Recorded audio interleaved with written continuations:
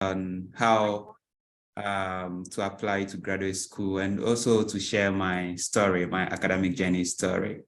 A very good morning, good afternoon, and good evening to all our participants from wherever you are joining us from. We are very grateful that you've joined this event.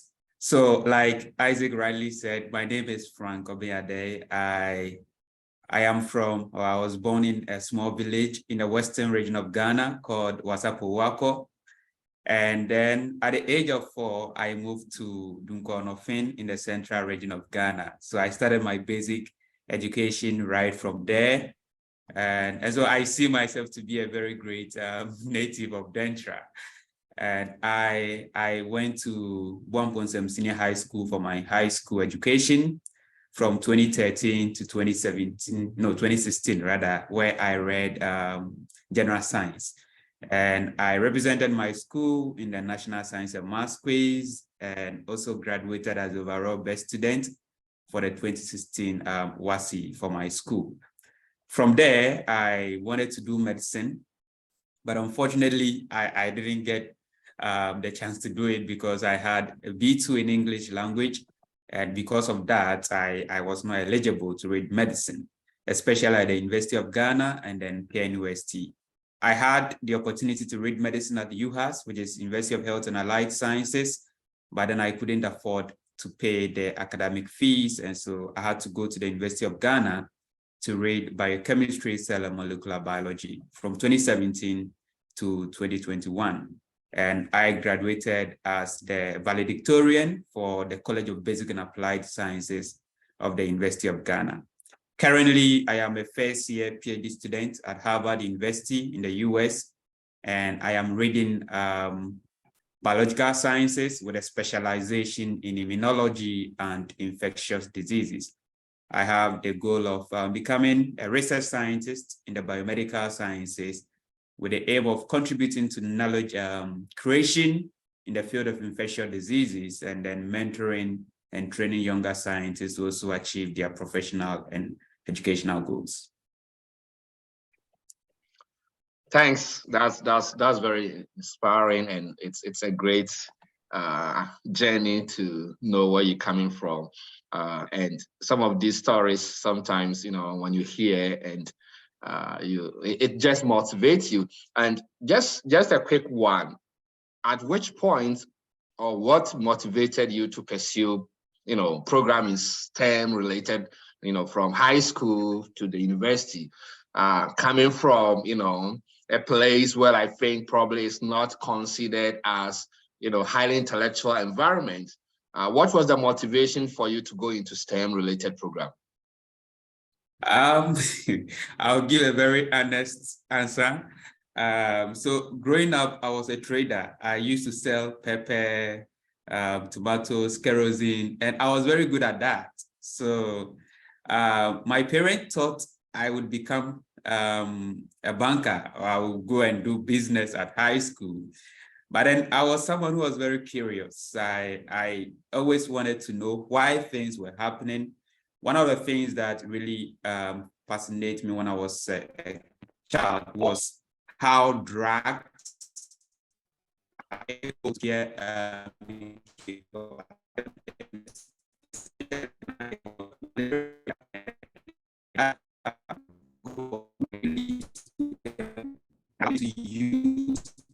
I think we're having some breaks in your, there was a little bit of break. So if you can get it from the point that you said, you're very curious and your parents, knew you were going to read business. There was some breaks there. So if you can, yeah. Okay, is it fine now? Yeah, it's okay now. Okay. All right. So like I was saying, my parents thought I would read business at high school. But unfortunately, I was someone who was very curious, wanted to know how things were happening and why things were happening in my environment, especially about drugs. When I got ill during my childhood ages or days, and my dad goes for neem tree leaves, cook them, and then give them to me. And within some few weeks, I'll be well. I was really thinking about why all these were happening. What were in these leaves that was able to relieve me of my malaria? And so that really motivated me to ignore what my parents were saying and then to pursue science at high school.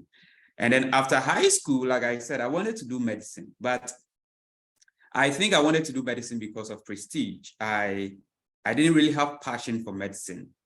I wanted to do that because my dad was a people teacher and I wanted to make him proud that despite his salary, despite the kind of work he was doing, his son has been able to go through the academic ranks and then to become a medical doctor. But unfortunately, maybe it was a blessing in disguise. I didn't qualify to do medicine and I ended up doing biological sciences or biochemistry. So that is what I would say. It was not, I didn't really get a motivation like why I wanted to do, but I think I was pushed because of my curiosity. I just wanted to understand why certain things were happening. Yeah, and I totally, can relate to that because, as some of us, especially coming from developing countries, once you talk of STEM, the only thing that mostly comes to your mind has to do with medicine. At some point, we all didn't know exactly what's out there apart from, let's say, medicine, or sometimes even you hear a little bit of engineering, and some people go into nursing. And so it's something, but once you've now moved to the high school, I want to know a little bit about, I'm from Dunkal, so I know a little bit about Buamponsim. It's one of the schools that probably is not considered as the big name schools in Ghana, and coming from that part of Ghana, what really was your secret?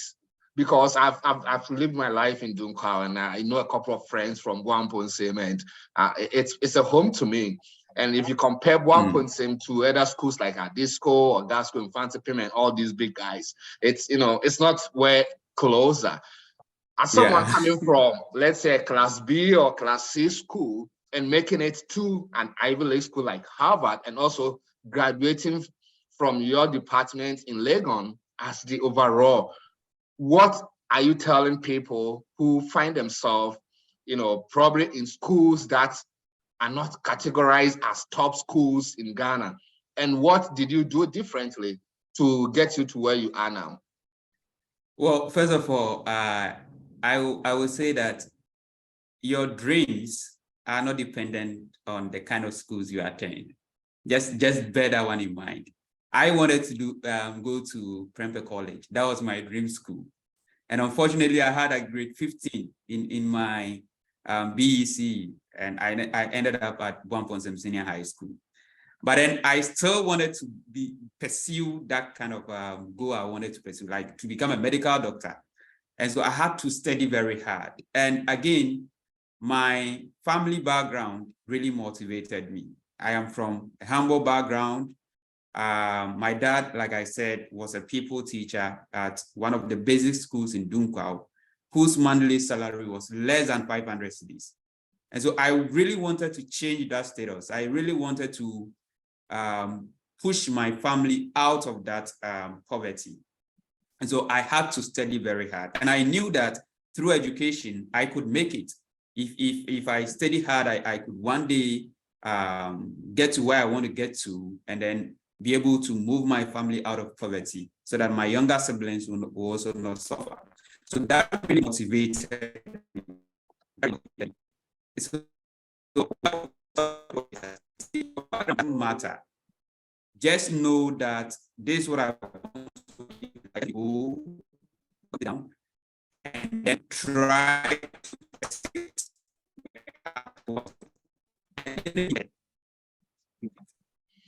That's great. So now you've moved to University of Ghana. Among all the STEM related program, why biochemistry?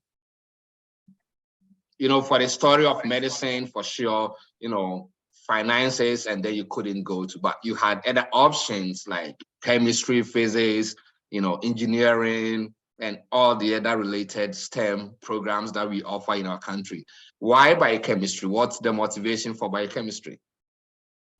Well, first of all, I think I didn't know anything about biochemistry. Honestly, I didn't know anything about biochemistry because all I wanted to do was medicine. Right. And I remember that when I was choosing the list of programs in University of Ghana, I chose biochemistry as a second choice. I thought I could qualify for medicine. So my second choice was not even something that I was even aiming at. So I didn't know anything about biochemistry until I got into the program. And then during the first year, I did biological sciences with a medical student. So all of us did the same thing.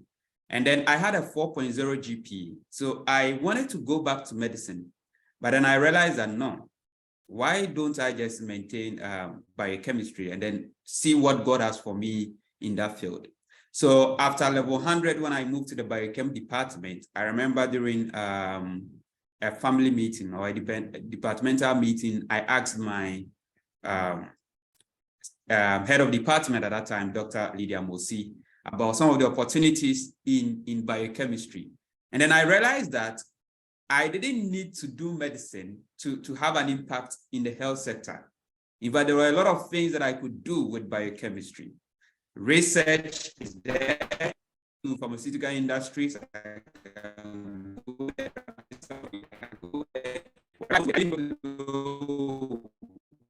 We're still having a little bit of challenge with the connection. I don't know. Okay, then yeah, then I think it's okay. Just give me some few minutes. Let me relocate. All right, sure. So let me just relocate. All right. Viewers, as you know, we're waiting for Frank to come back. We're having a discussion with Frank Obin Ade, who is currently a PhD student at Harvard. I've got to know Frank, you know, probably a year and over, once we connected on LinkedIn, and his story motivated me to bring him up to talk to people, and especially prospective graduate students from Africa and other developing parts of the world who aim to go to the Ivy League schools, but sometimes doubt themselves and perhaps do not know the processes involved. And so today, for the first part, we're just talking about his academic journey, what motivated him into the program he pursued in University of Ghana, and we'll get into the application process, what's involved, what was the package, how the process was, and what he did differently, and what he would tell prospective graduate students who aim to go to Ivy League school, or as a matter of fact, any graduate programs in US or in Canada. But as he is in US, I think most of his, discussions or explanation might be aimed towards US universities, but there could be some similarities between US and Canada and even other parts of the world. So we'll give the audience at the end of his talk the opportunity to ask any question. Your question can come in the chat box. If you're also on the Zoom, you can also raise your hands and then I'll call you to ask any question that you want to know from Frank. And we'll also try as much as possible to give a lot of people the opportunity to ask for clarification. I know majority of people here have the desire to pursue a graduate program in this part of the world and in certain universities. So please, you can jot your questions down. It's not time for questions yet, but you can jot your questions down or put them in the chat box. And when the time comes for the questioning from the audience, we'll give the opportunity. Okay, so it seems we have Frank back. So welcome, Frank. Yes. Thank you. I hope the network could not get disconnected again. That's my lab is I think on the 4th floor, so it is far from where the router is. So we actually normally have that. That's awesome. All right, welcome back. So you were telling us about why you ended up in biochemistry, and then after your first year you had a 4.0 GPA, went to your departmental seminar, and if you can continue from that point. Yeah, so like I was saying, I interacted with my HOD and other faculty members, and then I got to know that I didn't need to do medicine to have an impact in the medical sector or the health sector, that I could do a lot of things with biochemistry. I could end up becoming a research scientist. If I wanted to go into industry, I could still go into industry. If I wanted to go into pharmaceuticals, I could still go there. And I even got to know that there were some people who did biochemistry who ended up becoming bankers. They went on to do business administration, and they are now doing well in the banking sector. So I saw the various opportunities in biochemistry after I entered. And that is why I decided that, well, then I'm not going back to medicine. As a matter of fact, in level 200, I had the opportunity to go to Cuba on a scholarship for medicine, and I rejected it because at that time I had discovered where I needed to be. Yeah. Yeah. So what, if you can recall, some of the things that either speaking to people, either professors in biochemistry or you personally actually figured out that, oh, yes, based on A, B, C, and D, I do not necessarily have to go into medicine. Maybe one or two of those things that you discovered that you knew that indeed you being in biochemistry department can still lead you to whatever, goals you want to achieve. Yeah, so my course advisor, was a course advisor? No, I think a level advisor, Dr. Teresa Manfo. She also wanted to do medicine. So she came to the University of Ghana. During their time, they used to do 2 years of biological sciences. And then after that, you go and then write entrance exams to the medical school. And then if you get in, yeah, that is it. So she didn't get in. So, and then she went on to do biochem, went on to do her master's in Germany, and then did her PhD as well over there. And when I talked to her, she told me that, you see, Frank, I also wanted to do medicine. But then when I didn't get in, I really cried. But it was a blessing in disguise, because later on, I got to realize that I was not passionate about medicine. I was even afraid of blood. So when she gets to the hospital and she sees people taking blood, she becomes so disgusted. And that really redirected or reoriented my focus on medicine. So I sat down and thought about it. Like, do I really want to do medicine? Like, because I am someone who is not really passionate about medicine. Like she was saying, I was afraid of blood at that time. So that or she sharing her story revealed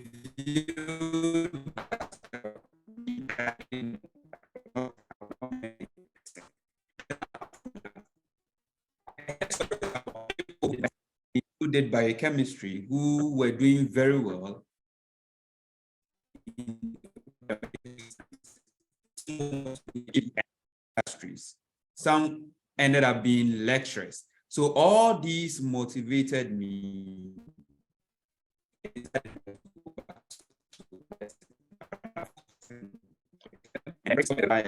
Yeah, I think we still have a little bit of challenge with the network, but let's see if it's working now. There was a couple of seconds of challenge from your communication, but okay.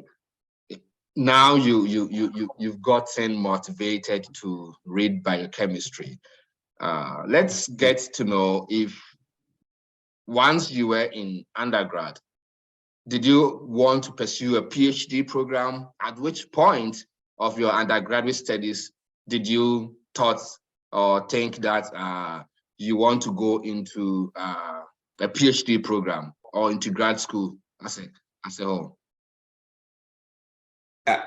Is a network? I think it's okay. Yeah. I don't know why this is Yeah, it does happen. Yeah. Yes. So during my undergraduate studies, after the first year, I started an internship with that lecturer I was talking about, Dr. Teresa Manfo, with her lab. And so during that internship, I interacted with a service personnel over there, Ivan. Ivan had completed biochemistry. And so I asked him what was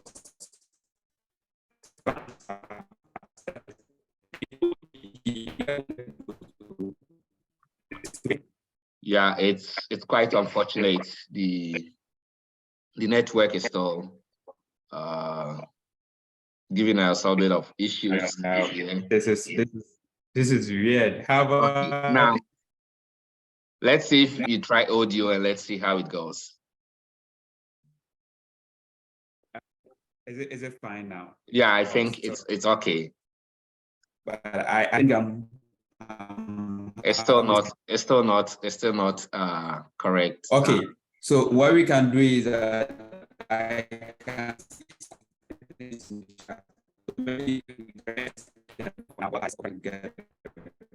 I can't hear you now. If you can repeat what you said. So I was saying that there are a lot of questions in the chat, so probably you can start addressing those questions whilst I get I try to get a better connection then for us to continue with our conversation. Yeah, that sounds good. So let's see some of the questions that we have in the chat. The first one is coming from Rupam. Said, I'm from India, completed master's in zoology and now looking for a PhD position in cancer.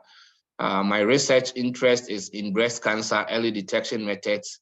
I want your suggestion on how to approach a supervisor in writing a statement of purpose. So you want to go into a research of cancer, specifically breast cancer. I think what you can do is to look out for schools either in Canada, US, and look for the specific programs that the offer, especially, you know, in the research-based biomedical sciences, and you look into the various faculties, their research interests, and look out for the admission requirements as to whether you are to secure a supervisor before, or you just could apply directly into the program. This will be something that you can do. If you are to secure a supervisor before you apply, then you have to look into the research interest of each supervisor. You can send them an email with your details, your CV, your statement of purpose, your transcript, telling them why you are motivated to join their group. So that's something you can do. I think what's the difference between personal statement and then statement of purpose? So personal statements, you know, I think the last time we were having this conversation came about, and we've talked about this too also in the chat a lot. So your statement of purpose is telling or writing what, okay, looks like Frank, you back, and let's see. This is serious. Yeah, it has happened now. I think, you know, we're good. So let's proceed to, you know, your decision to go into a PhD program. Yeah, so like I was saying, I did an internship after level 100 with one of my lecturers, and during the internship, there was this man or student, I think he was a graduate, Ivan, who had completed biochem, and he was doing his service at the lab. So I asked him about his plans to, is it still lagging? No, it's okay. Okay, all right. So I asked him about his plans to, his plans after national service, and he told me that he either wanted to go into medicine or go and do PhD. So I was surprised, and I was like, no masters?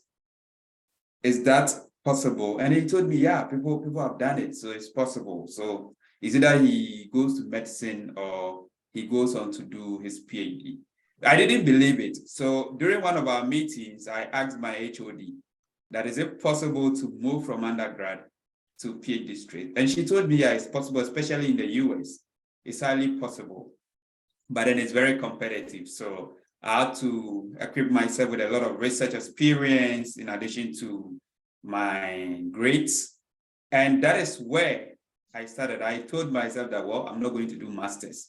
Right after undergrad, I was going straight for PhD. So I started doing a lot of research internships to get all the skills that I needed and to also become very competitive, because at that time I didn't know the kind of schools that I wanted to apply to, because the field that I wanted to work in was not clear to me. But all I knew was that I had to do a lot of research to equip myself to become very competitive. So that is where the decision started. So now you've gotten yourself into the point that you want to go into grad school, gone through first year, second year, third year, fourth year. Time has come for you to apply to programs and universities and to select even a country. Why Harvard? Did you apply to other universities too as well? If you can share with us. Yeah, so I applied to a number of schools, about 13 schools, including Harvard. And I started searching for the schools and the programs that I was interested in level 300 before my final year. So level 300, it was still not clear to me, but I wanted to go into Harvard. I mean, I saw that Harvard was one of the best, if not the best, one of the best in the world. And so I wanted to, it was my dream school.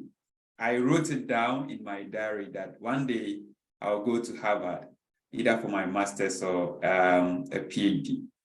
Yeah, but then at level 300, I also realized that I was interested in drugs. So I wanted to do toxicology and pharmacology. And when I checked Harvard, I saw that Harvard did not have that program. And so that was a very big disappointment for me, that this is my dream school and they don't have the kind of program that I was interested in. And fortunately for me, in level 400, I had the opportunity to do my undergraduate research work in malaria drug discovery. And so I fell in love with this research, and then I decided to pursue that. And so when I was searching for the schools, I saw that Harvard was having a very strong parasitology program. They had about 6 faculty who were interested or who were working in malaria research. And so that was a great motivation. So Harvard became number one on the number of schools that I was applying to because of the research that they were doing. They have a lot of research being done in malaria. And so that is why I chose Harvard. And then all the other schools too, because I was interested in malaria research work, I was biased to schools that offer programs that do research in malaria. Another thing was that I didn't want to write GRE. I didn't have the money to register. So I told myself I was not going to write GRE. And then I was not going to write any English proficiency tests. I told myself. So I was also biased in searching for schools that did not accept GRE. And the biological sciences at Harvard had that option. They didn't accept GRE. And so that was also one of the reasons I applied to Harvard. So apart from the prestige, the program, and then the GRE, I also talked about, I thought about the funding opportunity. I wanted to do a PhD in a program that was fully funded, because there was no way I would be able to pay my fees if the program was not fully funded. And I saw that the biological sciences at Harvard was fully funded. So that is why I decided to apply. Yeah. So these are some of the reasons why I applied to Harvard. Yeah. So you applied to 13 schools, and we know where we come from, and national surveys, salary is not something great. Were all these 13 schools out of pocket, or did you have the opportunity for some people to help you, or some of these schools you had application fee waived for you? And just share with us. Okay, so is it when you have the dream of doing something, you start asking around, asking people who have already done it for advice and then for any support that they can give. So I started asking people who had already gained admission to pursue their PhD in the US. And through that, I got to meet someone who introduced me to a certain mentorship program called GSMI, Santifico Latino. So this year, I think they didn't organize one. So I registered and I was paired to one guy in MIT, Pablo, and he guided me throughout the application process. So, and joining that program also enabled me to get waivers for most of my application fees. So I had about, I think, 7 waivers from that program because I was a member of that program. And then the others, Harvard was free. For Harvard, I didn't have to pay any application fee. And the others, I had to write to the program coordinators and directors, tell them that, hey, this is where I come from. I come from Ghana. This is what I've done. This is my transcript. I'm interested in this program. I'm interested in this professor's work. And I want to apply, but then I don't have the money to pay for the application fee. And I'll be grateful if you can waive it. And fortunately, some of them waived. There's only one school that decided not to waive, University of Georgia, Atlanta. So that one, a friend decided to pay for me. So out of all the 13 schools, there's only one that I paid application fee for, and that was even paid for me by a friend. Yeah. So with all these 13 schools, how many of them did you get admission into? That is a question I've been waiting for. Yeah, I had only one. Right. That was Harvard. Wow. That was Harvard. I got rejected for all the other schools. I didn't even got the opportunity to be shortlisted for an interview. Wow. It's only Harvard that gave me the opportunity to be interviewed, and then after that, I got accepted into the program. It's very easy, you know, understand. It's kind of strange to me, like, you know, applying to other schools that, you know, on the scale, you see that even if there should be a rejection, it probably should be coming from Harvard. But, you know, exactly. the other way around. Exactly. Yeah. A school, University of, so I applied to University of rejected, the Science College of Medicine rejected.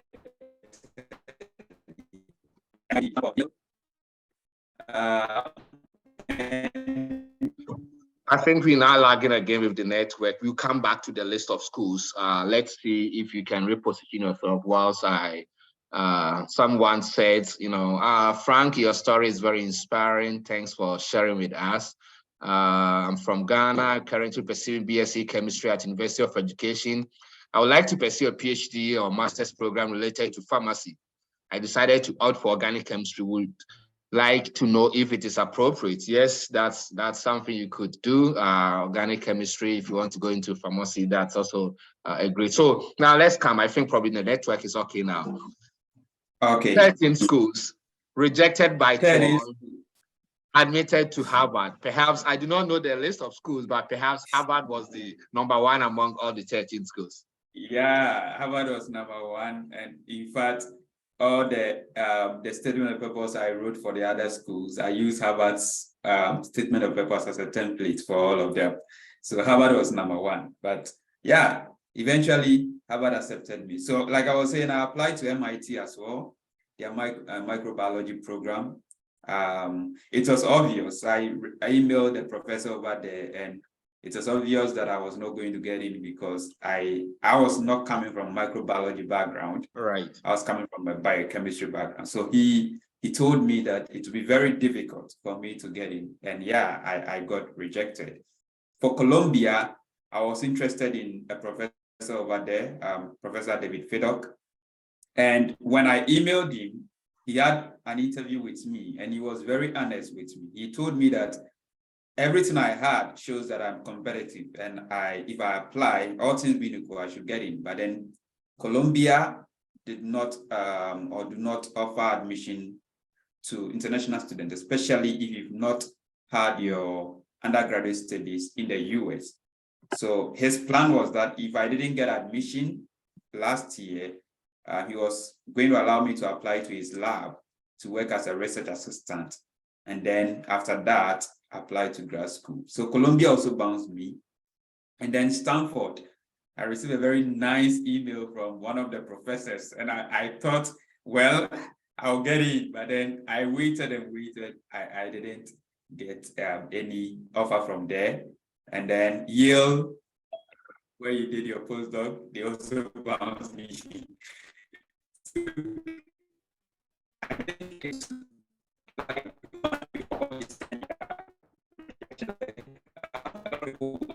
It looks like anytime you get to the interesting part, then the connection. Okay, let's see. Well, you know, we have a lot of questions for you from the chat. So, you know, just so okay. you know, get prepared. Now wrapping up with Yale got rejected, and you know, finally you are in Harvard, and I believe you did, you know, interview for this position. I remember last year you made mention of it, that you'll be interviewing for Harvard.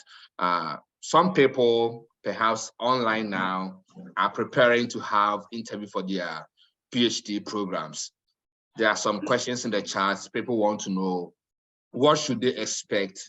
What preparation goes through, and what should they know when it comes to PhD interview? Because some programs you apply, you just get admitted. You don't go through any interview programs. You've been through the interview route. What will you tell people who are waiting or who are preparing for PhD interviews? Okay, so what I would say is that, first of all, if you've gotten an offer for an interview, PhD interview, just know that you are almost through. So don't be afraid at all. They are interested in you, they've read your application, they are interested in you, and they just want to know you beyond the paper, right? So just be confident. And again, try to master everything that you wrote in your SOP.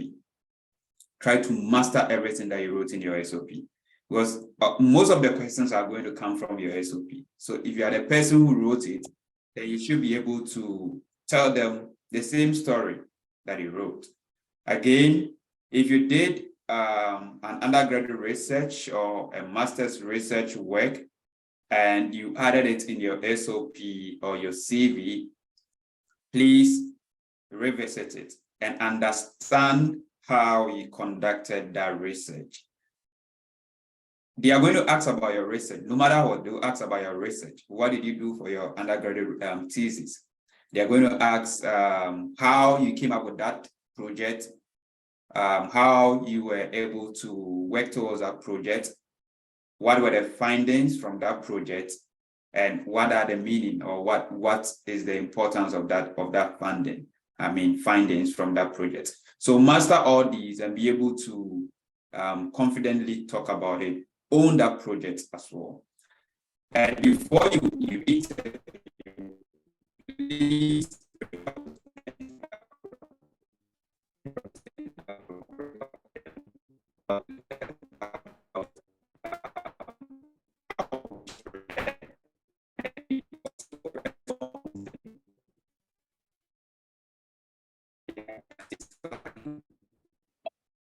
Once again, the network just got a little bit disconnected. But yeah, I think you can proceed now. It should be okay.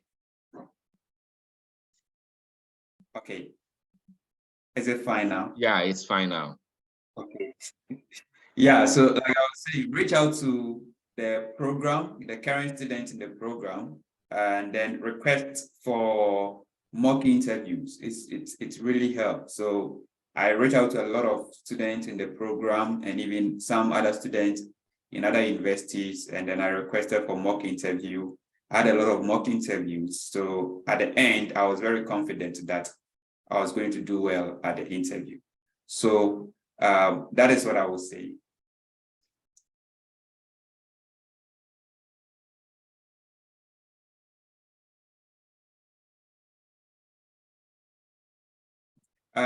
It seems you are muted.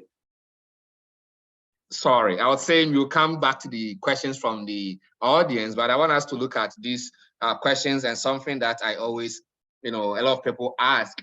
How challenging is it for you to move from a developing country like Ghana, where, we do not have all the resource when it comes to STEM related program, and moving to a highly resourced university where the best of best do come there? The integration process, how was it for you? Very challenging. I will be very honest. It's very challenging. Yeah, so I did a lot of research, but then as compared to my colleagues over here, they did more than me. Right. Some graduated from the undergrad in 2018 and did a 4-year research, intensive ones. They have Nature papers, they've already published, and so they have all the experience. You have not published, you have some undergraduate research, and you are now trying to integrate yourself in the system. So it's very challenging. But then one thing that has really helped me is that I asked a lot of questions, and with a kind of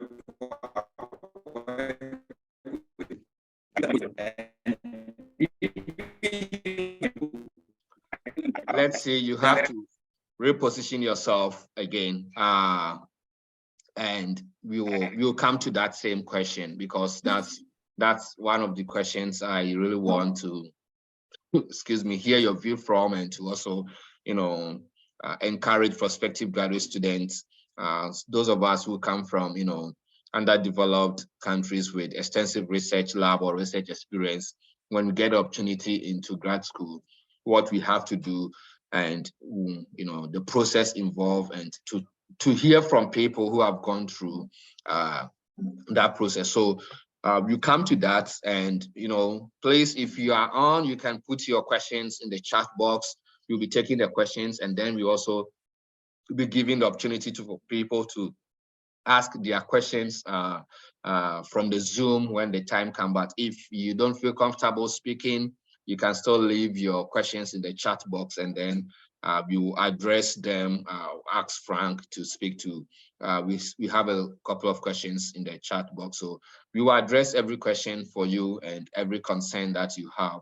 And please, you can also look out for Frank Obin Ade on LinkedIn. Connect with him, and also establish some network with him, and then you could, have a personal relationship with him going forward. So you can look out for him on LinkedIn as well. I think Frank Obinade is the name he uses on LinkedIn. So if you want to know more about Harvard or other universities, you can connect with Frank, and then he'll be very happy to provide you with any support, answers, or guidance whilst you prepare for your application. So that's one thing. So thanks. Please keep your questions coming. We will be addressing them. And today, if you just joined us, I am speaking with Frank Obin Ade, who did his Bachelor of Science in Biochemistry from University of Ghana, and then did his national service as a teaching assistant from the same university. Applied to 13 universities in the States. Unfortunately, or fortunately, got rejected by almost all, like 12 schools, and was lucky to be admitted to Harvard, where he's currently pursuing his PhD program. And this serves as encouragement, like, if you apply to schools, you get rejected. These are the practical experience that people share. Sometimes you hear that, oh, there's rejection, and you really can't apprehend how that is possible. And this is someone who have applied to 13 schools, rejected by 12. And I think when the rejections were coming, you could see how the emotions would be. So keep motivated, and then don't be discouraged. Okay, Frank, you are back, but you've muted yourself. So if you can unmute yourself, and then we will continue from where. Yes, so go ahead. I think I'm having some issues with my laptop, so I will just use my phone. All right, okay, go ahead, yeah. Okay, so What was the question again? I think the question has to do with coming from Ghana with lack of, resource for research, competing with others who have extensive, and I think you're talking about colleagues who have finished from 2018 and have done almost like 4 years. What did you do differently? And what will you tell people? And majority of us can relate. We come from universities that we might either not have research experience, most experiments or equipment that we will be privy to use for graduate program we've not seen, we've probably seen them in books. Advice for us, you personally, what did you do different for you to be able to integrate into the very highly competitive environment? And what will you tell prospective graduate students? Yeah, so like I was saying, when you come here, you are going to meet a lot of people who have more research experience than you. They've already published and you have not published. Don't be intimidated. Just be ready to learn. I'm someone who is very honest and I'm always ready to learn. And so in the first rotation, there were skills that were new to me, but then I still submitted myself and then I told them that, well, this is new to me and I'm ready to learn. And I learned it, and I was an expert on that. They were even surprised that I could do such a work within a very short time that I didn't even have any skill in that. So just be ready and be submissive to learn. Again, one thing that has really helped me is that I don't think about competition. Right. See, when you think about you competing with your colleagues, then you always feel intimidated. And you always be depressed or stressed, and you think that you don't deserve to be here. Yes, at times you feel that way, that, well, do I even deserve to be here? But that thought comes in when you start thinking about competition, that my colleagues are doing better than me and I'm not doing well. Just stay in your lane. Just know that the fact that you've been accepted into the program shows that you qualify to be there. And you can do whatever you want to do. And so just stay in your lane, ask questions when there is a need to ask. One of the things that normally we Africans, we don't do well at is to ask questions. Right. But if you don't ask, you will not know. Right. So ask questions. Even if you know, just ask to know their perspectives on that as well. I had already cultured malaria parasites in my undergrad and then during my national service. But then the lab setting over here is different from where I used to work. So when I went there, they asked me, they told me, yeah, we've seen that you've cultured before. So would you want to start? I told them, well, I want to observe for some time to know how culturing also works over here before I start. And yeah, I observed for some time until I became confident that, yeah, I can also do whatever they are doing over here. I didn't allow myself to be in any trouble. So just observe, ask questions, be submissive, don't think about competition. Grad school is not about competition. Right. Grad school is about you being in your lane, doing your own thing, and then working hard so that whatever you are doing will be successful. Yeah. All right. So great. And we want to take some of the questions which perhaps people wants to know, and it's a challenge when it comes to recommendation from, professors. 13 schools. Someone is asking, how did you manage to get 13 professors to write recommendation for you for all those 13 schools? Yeah, that is. So one thing is that during my undergraduate studies, I was very active in the department. I was a class president for my cohort for the entire 4 years. And so I used to talk to the professors. All the professors knew me at the department. So it didn't become really a challenge for me getting recommendation from the professors. Yeah, so I think if you are an undergrad and you have plans to apply for grad school, talk to your professors, let them know as early as possible and interact with them. I know there is a gap between professors and then students in Ghana. at times it becomes very difficult for you to go to them and then even speak to them about certain topics or certain things. But try your best. Just let them know as early as possible. If you took the professor's course, let a person know that you have plans to apply for grad school and you might be coming to him or her for a recommendation letter. Some of them will decline to help you. Don't be discouraged. Keep on asking. And I think that you get recommendation letters. Once you're able to show that, yeah, you actually qualify, and then when you apply, you get in, they'll be willing to recommend you. There's this professor that I was not that close to. He was a director for the center that I was working at. I was not very close, but when it came to the point that I needed a recommendation, I used a certain strategy.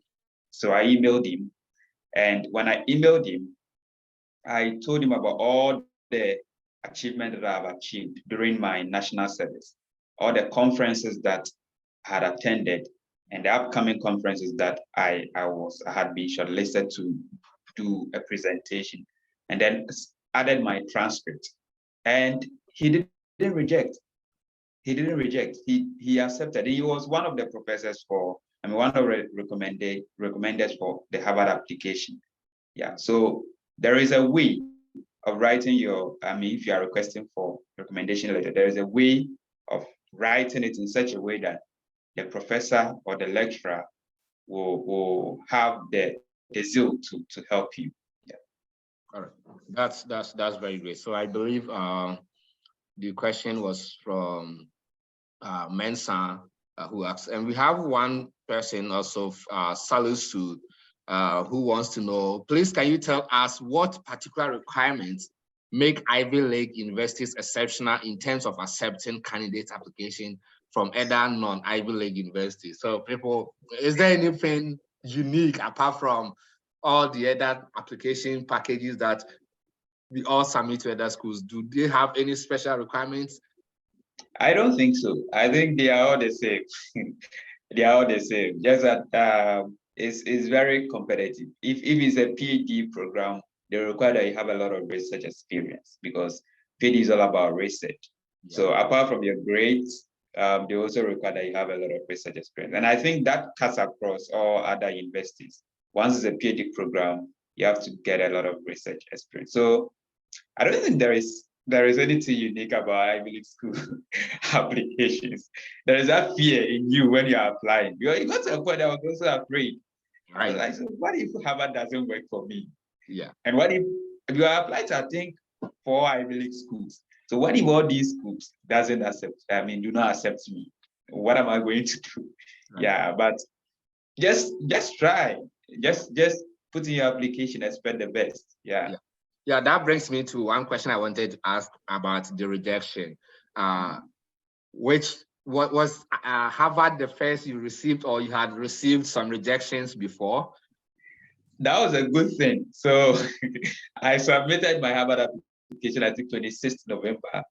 And then the deadline was 1st December. So 16th December, I received an email. In fact, it was a call initially from one of the professors that had been shortlisted for an interview. So that was the first school that emailed me about decision about my application. Right. So I was very happy that I had been shortlisted. And then the others followed, the rejections followed. Right. So whenever the rejection come, well, I felt down for some of the rejections that came, because I was very afraid. What if Harvard doesn't work and all these schools are also rejecting me? Yeah. But then it got to a point I knew that I will definitely get into Harvard. I knew it. And so when the rejection comes, I just look over it and then go away. There was this rejection that came from University of Utah. Utah rejected me twice. So they earlier sent a rejection decision. And then on the day of my Harvard interview, they sent another rejection. Just reminded you that we are rejected. That was very painful. I was like, do you want me to be discussed? You don't even know what I'm going through. Right. On the day of my interview, you just want me to be emotionally damaged. Well, Yeah. perhaps maybe they're thinking you are going to consider reapply, so they just want to tell you, regardless, they have rejected you, just in case you missed the first one. Yes. So the fact that Harvard came first, I mean, gave me a lot of motivation. So it was not really painful when I received the rejection from others. Yeah. Yeah. So we have another question from Azigidi Gideon, who is saying that, how are you coping with the PhD program? Having that you didn't do your master's in Ghana. Okay. So how am I coping with the PhD program? It seems someone is not muted, so we're having the feedback. Okay, can you hear me now? Yes. Isaac, are you there? Yes, Frank, I can hear you. Sorry. Okay, all right, sure. So yes, even though I didn't have, I didn't do masters, I had a lot of research experiences. And that is one thing that I'll advise my colleagues from Africa that, you see, applying to the US or even applying to grad school in general is very competitive. It's not only grades, okay? It's not only grades. So if you are doing well in your academics, that's fine. That is very good. But then you also have to find a way to make yourself very competitive. Apart from the research experience, I knew that I was applying to Ivy League schools and highly ranked universities. And so I decided to also submit abstracts of my undergraduate research work to conferences. And through that, I was able to present at 3 international conferences and then 1 local conference. And so that really gave me a lot of exposure. And then that made me very competitive. I remember, before I answer that question, I remember when the professor called me to tell me about their decision to invite me for the interview. After telling me that news, one thing he said was that when I read your application, I saw that you presented at this conference, MPM, Molecular Parasitology Conference. And I went on to ask another organizer to confirm whether indeed you participated. And they said, yes, you did, you participated and you did a poster presentation and you did very well. And so that alone was a plus for me. Yeah. So even though we don't have a lot of research facilities in Africa, you can make yourself competitive. Right. Do internships, attend conferences, and that will make your CV very competitive. So to come back to the question, I don't have masters, but because I had the intention of applying to PhD, straight PhD, I decided to do a lot of research, and that equipped me with a lot of research experiences. And so that is helping me over here. And like I said, I am always ready to learn new things. Right. Once I am in the program, I have to know that I must learn if I want to be successful. And so that is keeping me going. Right. I mean, that's very insightful. And I always tell my mentees, and anytime I write, I tell people to try as much as possible to get yourself involved in any research. Just get the experience, get to know what's out there, what tools are available. Make good use of whatever limited resource that you have, because at the end you only can use what you have. And so that's very great. Okay, someone is saying that well, how do we stand out from other applicants coming from developing countries? Are there some biases in it? Please let us know. This is a very difficult question. Yeah. Yeah, but I think for some schools, it's very difficult to get accepted if you are an international student.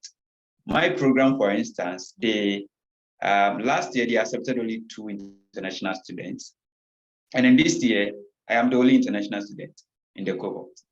Yes, and the reason is that they have funding for only 2 international students. So that is very, very competitive for you to get in. Colombia, like the professor told me, they don't accept international students who haven't had their undergraduate in the US. So well, that is the barrier. Some schools also have a lot of funding for international students. Schools like Purdue accept a lot of international students, and other universities I cannot mention off air.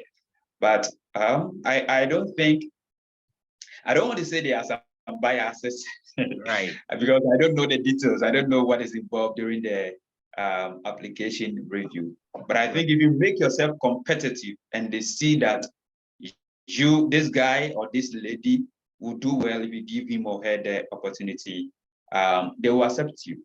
Yesterday, I was having a conversation with my coordinator, Eric, and he told me last year there were a lot of international students who applied, especially Africans.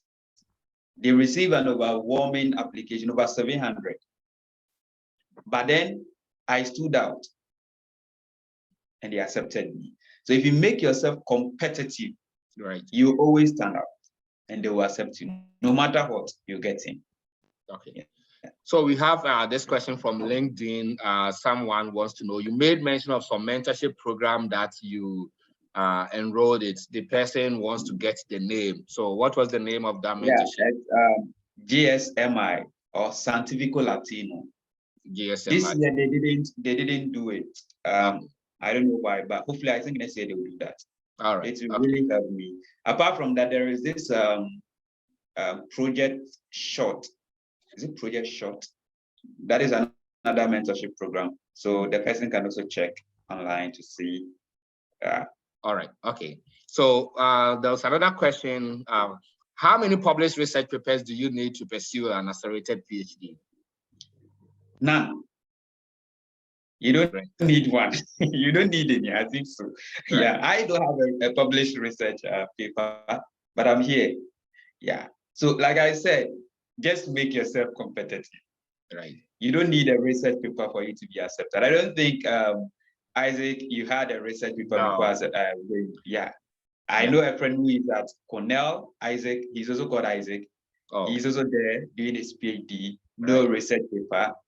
Lolosin, and there is this guy also at Stanford, Kwamina, no research paper. Yeah, I even have an interview with Kwamina in the coming week from Stanford too. Yeah. So, yeah, he is very, very experienced. So he has a lot to share with you. So, guys, during that day, please, is it next week? I think it's next week. Yeah, please don't miss Kwamina's interview. You are going to learn a lot from him. He was my boss. Yeah, so don't miss that interview. So you don't need a research paper to apply for grad school.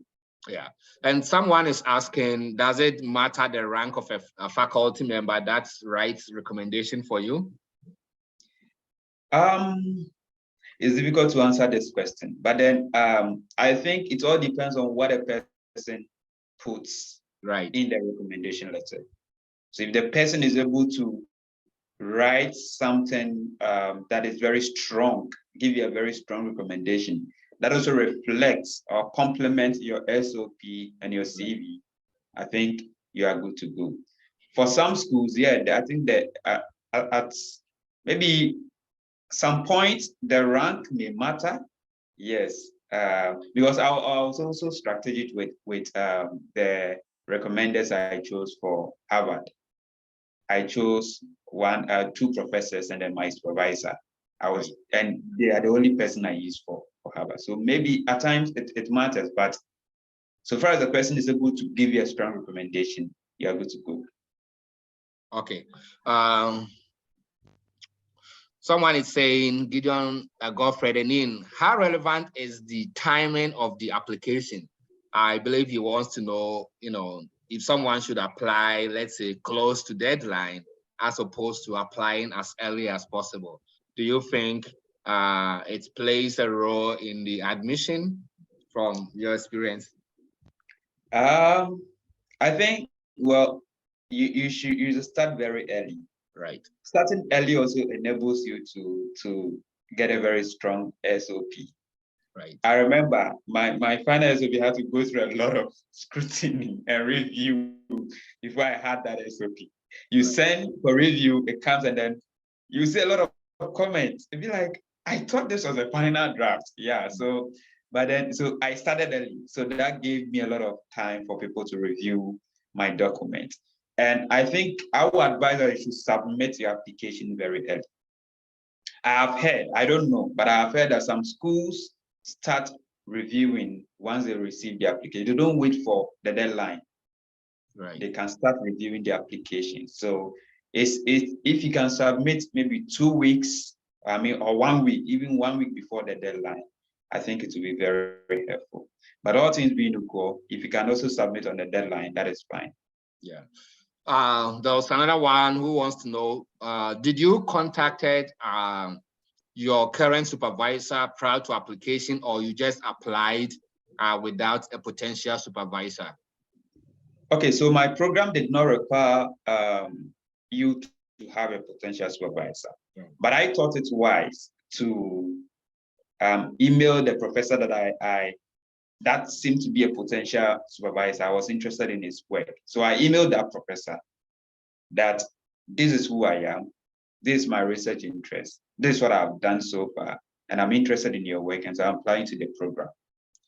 And he gave me a very good reply. He told me that what I've done is so great, and that he encouraged me, he strongly encourages me to apply to the program because he is also looking for students.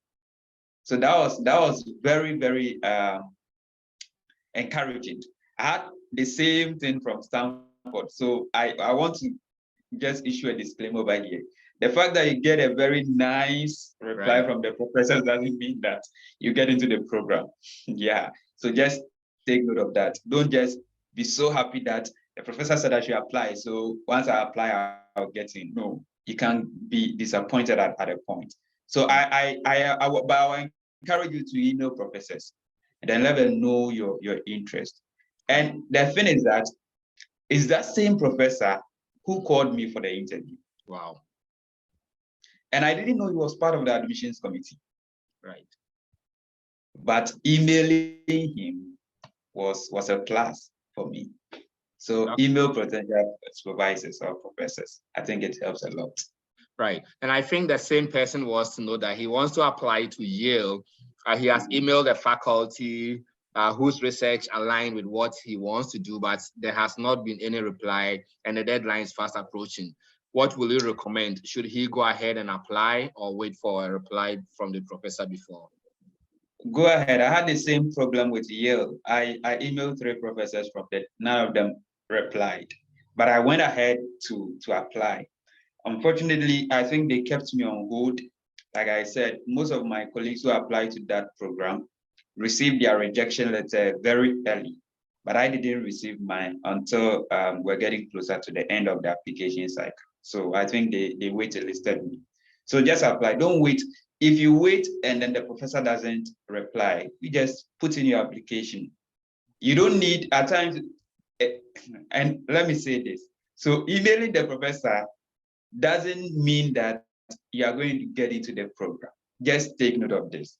So even if the professor doesn't reply, just put in your application and hope for the best. Great. Let's see. As an undergraduate student, how do you want to equip yourself with lots of research experience apart from the final research project you go through? Where do you actually find conferences and internships? Yeah, that's a great question. I can understand because I was fortunate to have had my undergraduate studies in a department that also had a research center, the West African Center for Cell Biology and Infectious Pathogens. So I started my internship very early. Okay, but I would say that no matter where you are, even if you are at University or University of Ghana or UCC, if you apply to these research centers for internship, it will help you. Please, let me say this. If you want to pursue grad studies, don't do internships at hospitals. If you want to pursue grad studies, you need research internships. The hospital internships, you'll be at the lab, you are just doing some diagnosis. Yes, you are not doing research. So apply to research centers for internships. We have some at the University of Ghana. I believe K University also have some. And I don't know of UCC, but since they do research, they do have some as well. So just reach out to these people and then submit letters. If you're lucky and they accept you, go in there and do your research. Again, if you are an undergrad and then you know a grad student in your department, you can speak to that person that I want to do this, I want to have research experience, but then I don't know how to go about it. Can I join your project? Is it possible for me to be helping you in your research work? Some of them will allow you. And that is also a research experience that can be added to your CV. Okay. For the conferences, know the field you are interested in. I was interested in malaria. So all I did was I went online and searched for upcoming conferences in malaria, upcoming conferences in parasitology. And a number of them popped out. And then I registered for some requested for abstract. I submitted an abstract, and then I got accepted. Some will request that you pay, but there's always a way to write for waiver, to get an application fee waiver or conference fee waiver. So use online tools to search for conferences and then talk to colleagues and professors about your intention to do research internships. Yeah. Well, I think we've exhausted most of the questions in the chat. We'll be giving opportunity for people to ask questions directly to Frank. So you can raise your hands if you have any question that you want to ask to Frank. He's here, so you can raise your hands, and I am going to call you to unmute yourself, and then you can go ahead with your question. I think we have, okay, Regina, please, you can unmute yourself and ask your question. Please, if you have a question, just raise your hands, use the hands raise, and then Regina, please, you can unmute yourself. Go ahead. Okay, good day, everyone. So my question is this, can you hear me? Yes, we can hear you. Yeah. Okay, thank you very much. My question is this, assuming you left school maybe 2018 and you've been working for like 2 years plus now.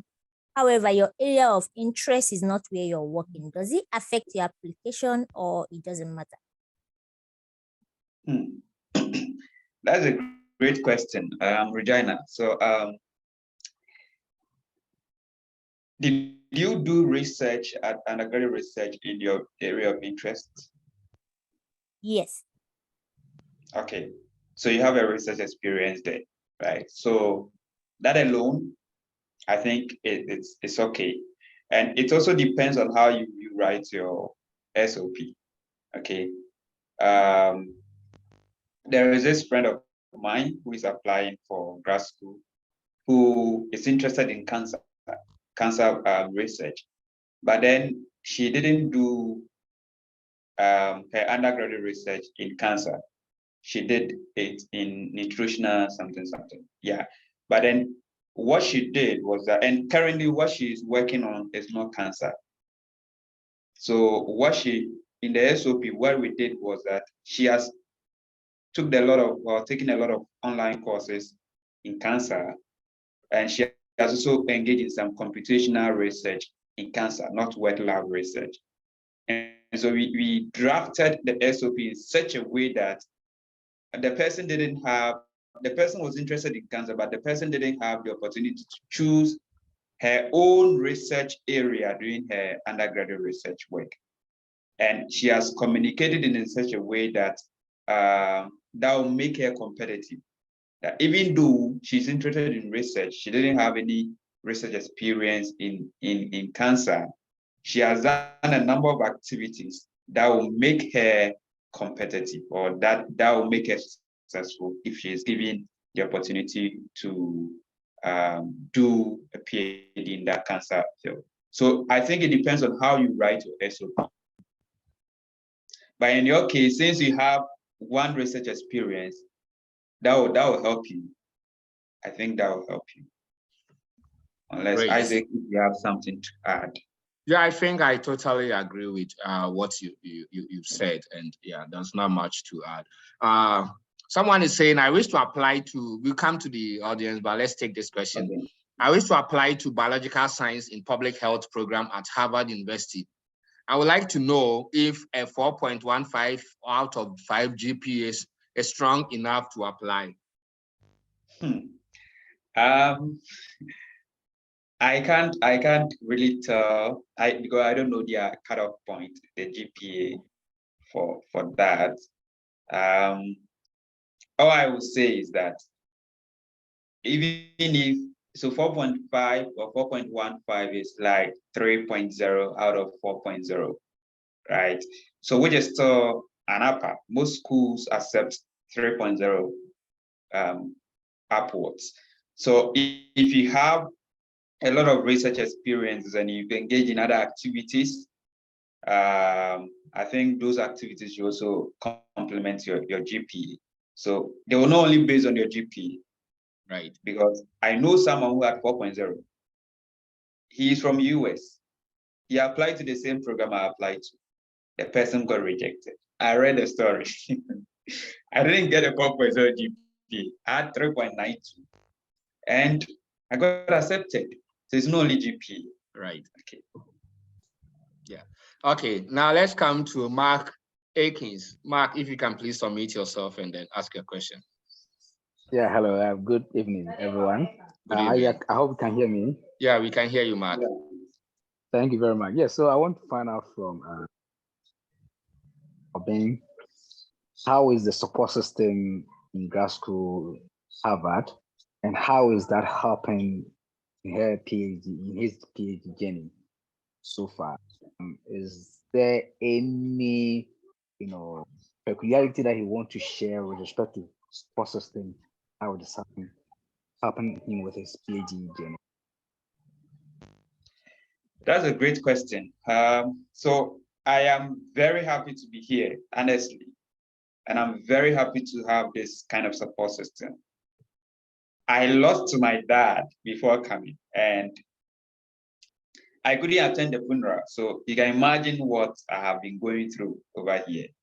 I'm now like the father for my younger siblings. I've been paying their fees, and yeah. So, but then the support system here is so strong in such a way that, apart from the fact that I will feel lonely because I don't have relatives over here, I am okay. I don't really feel depressed or stressed, because whenever I want to talk about something, my program director is there. She's always there for me. In fact, I have her contact. I can always call her and then talk to her. Like I said earlier, yesterday I had an interaction with the coordinator. He just opted to speak to me, talk about how things were going, and then how I've been adapting. So you see the kind of support over here. So the system is very supportive. I would never say that my program is not supportive. They are very supportive. The lecturers are free. You can go to their office, talk to them about what you are going through. My current supervisor is very supportive and very encouraging. So I would say the support system here is very strong. For me, it's very strong. You don't feel left out, and there is no bias that you are an international student, so they'll not pay much attention to you. No, the professors over here, based on what I've seen, are not like that. They treat all of us equally. They see all of us to be equal, and so there is no bias. Yeah. Thanks for that. Do we have any questions from the audience? If not, we'll come to the chat. Okay, Ebenezer Jones, Amwa, please, you can unmute yourself and ask your question. Okay, good evening. Good evening. I would like to find out, in the application process, you'll be asked to submit your unofficial transcript, and other forms they will ask for official transcript. How do you get the official transcript, especially when you have already taken your what do you call it, transcript from the school? How do you get the official transcript and the submit? That's the first one. The second one is, during the application process, you'll be asked to you look for funding, and then during the funding during the process, when you check, there are some that there are funding for up to 50%. Others too, they said there's no funding, you have to look for your own funding. Must you look as in the same what do you call it, department for funding, or outside for funding? Okay, let me start with the second one. Is it PhD programs? Are you talking about PhD Yes, programs? please, Or PhD programs? The Yes, advice I will PhD, give, please.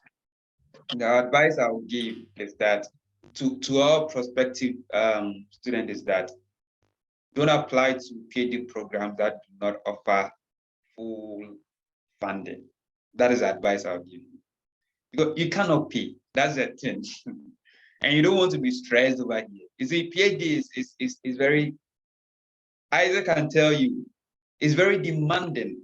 And so if you don't have full funding and you have to work to pay your tuition and living expenses because you didn't get full funding, it will be very difficult for you. So I would advise that if you're applying for PhD programs, look for programs that are fully funded. Most PhD programs are fully funded, especially in the US. For UK, the reason why I didn't apply to UK schools is that for UK, you don't get funding. You have to get an external scholarship. Even after getting admission, you have to get funding from external scholarships, right? So that is why I didn't apply to UK. But if you're applying to US, then look for schools that accept or that gives full funding.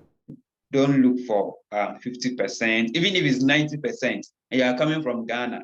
Imagine 90%, that 10%, converting Ghana cedis to dollars is very expensive. It's very expensive. Yeah, so that is what I would say. Some of them will offer you teaching assistantship and then research assistantship. That is fine. That is not really intensive. You do a teaching assistantship and then they give you a stipend. That is not really internship. I am fortunate I'm not supposed to do any teaching or research assistantship. I just steady do my research and then give me stipend. If I still want to do teaching assistantship, I can do it and then take another salary in addition to my stipend. But schools that offer teaching and research assistantship, go for it because it's not really demanding as compared to schools that do not offer scholarship or funding at all. Your first question, what was the first question again? Ebenezer, if you can ask your question one more time. Submitting of unofficial transcript. Yeah. So unofficial, in my understanding, I think unofficial transcript is what you submit. So you take from the school and then you submit. Okay, so you upload it. So that is unofficial because it's not coming directly from the school. So if the school is sending it to the university, that is official. So it's you don't have any power over that. The school directly sends it to the university and then they receive it and they send it in a secured manner in such a way that no third party can have access to that. Again, if the school require evaluation and your school sends it through the evaluation agency for them to send it to the university that you're applying to, that is also official. Okay, so I don't really know if the school is requesting you to submit official transcripts. They are asking you to submit the unofficial, and then after that you have the school, they will request for the official transcript. Others too are requesting for the official transcript from the school. Yes. Yeah, so that one you have to go to the school. I think they will have a system. If you can send it electronically or through mail. So if they have the electronic means, I would choose the electronic means because you don't want to use mail. It might not even get there, right? Or it might take longer for it to get there. So just go to the school, your university, and then tell them that you want them to submit your official transcript to this particular school, and then provide the email that they have to send through. Okay, and they will do that. That is why I did mine. So I applied with my unofficial transcript, and then after I got admission, I requested for my official transcript to be sent to the university directly. Awesome. Let's come to Rupan. Please, you can unmute yourself and ask a question. Then we come to Samuel and we go back to the chat. Hello. Hi, go ahead, please. Hi. I have completed bachelor's in science in 2020. Then I completed my master's in geology. Both of my bachelor's and masters are fully course based. And that time when I was in my bachelor's and completed my master's also, due to lack of information or because I completed from a very small town university, so we don't actually know that we should apply to internships or enroll ourselves in research experience. So currently I don't have strong research experience or don't have any publications also. I have worked as a academic writer where I published blogs on cancer and related disease. I want to know that, and also I have my grades are also good, not high, not very high, but good grades I have achieved. I want to do PhD in breast cancer as I mentioned, but uh, whatever I did in my academics and whatever I have the professional experience I have, is it enough for me to take to get a PhD position? Because most of the seniors suggested me to repeat my masters again if I'm planning to uh, moving abroad for PhD. Repeat my masters first and then go to PhD. So it will take very long time. So is it a right decision, or what's your opinion? Isaac, can you help with this question? Since you Yeah, have more experience. I wouldn't recommend doing another master's again. You've done BSc, you've done MSc, all course-based programs for sure. But you can still look out for programs where you tailor the experience or whatever thing you've learned from your theory. For example, when I was applying to the PhD program, University of Alberta, I've never had any research experience. I would say zero research experience. The only research experience I had was my end of program, what we call project work, which I didn't use any instrumentation. It was mere data collection of whatever. But this was a program that I was applying to organic synthesis, which was heavily 90% research based.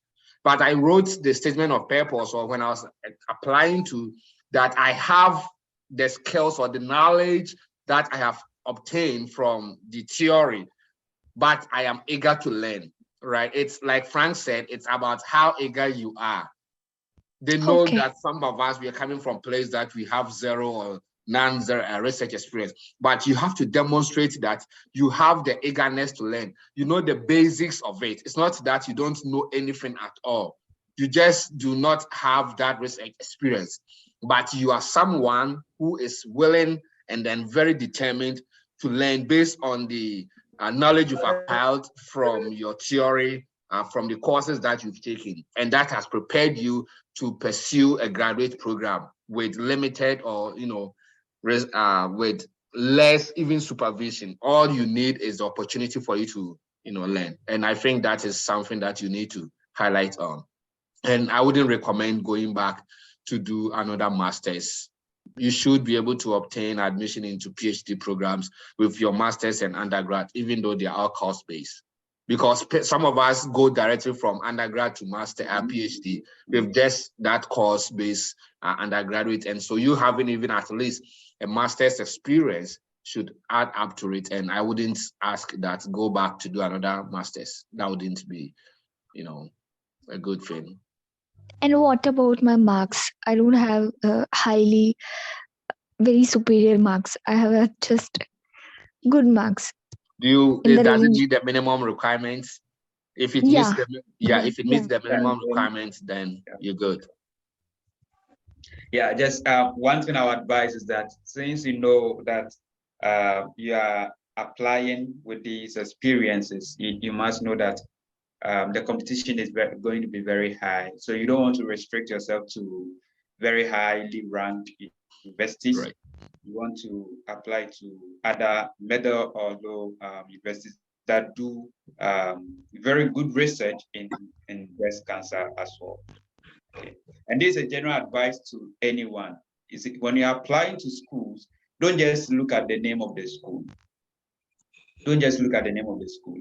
Look at the program that you are applying to and ask yourself that, are there a lot of professors over there that are doing the kind of research that you're interested in?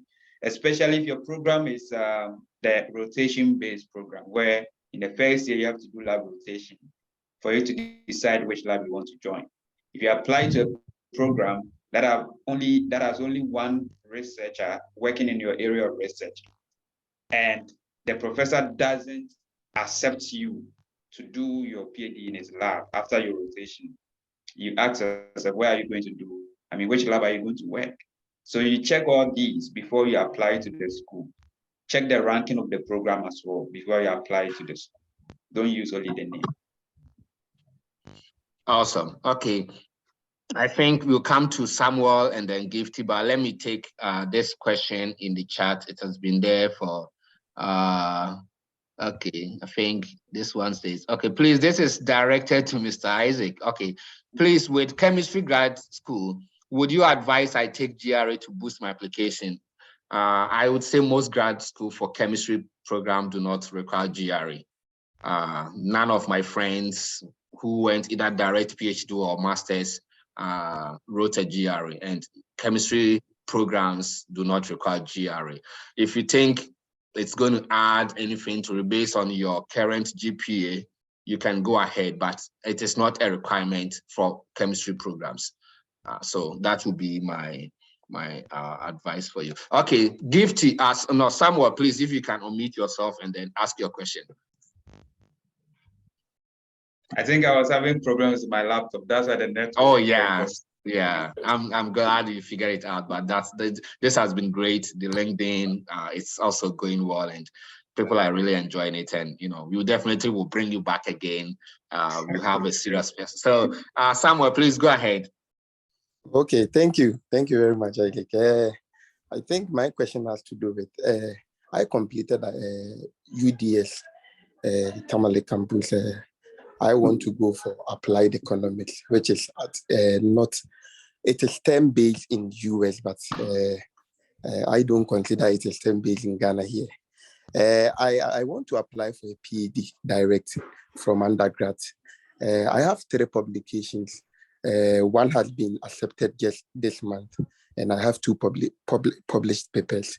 I have worked with NGOs for about 2 years, and I want to go for a PhD direct, but I have emailed a lot of professors and I got only one reply.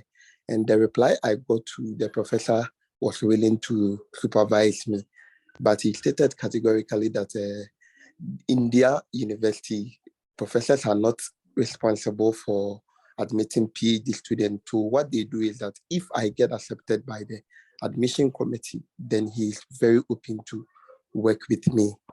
Other professors, I have emailed them, I have sent follow-up emails, and I'm not getting any reply. I'm very frustrated. And my GPA is somehow good, 4.5 out of 5.0, so around 3.65 to 4.0 in US based. When I use the school I have been researching, but when I use their GPA calculator, that is what I usually get. So I don't actually know what to do again. I don't know if I can apply without getting the supervisor who will supervise my work. Thank you. In which country are you applying? Is it in the US or Canada?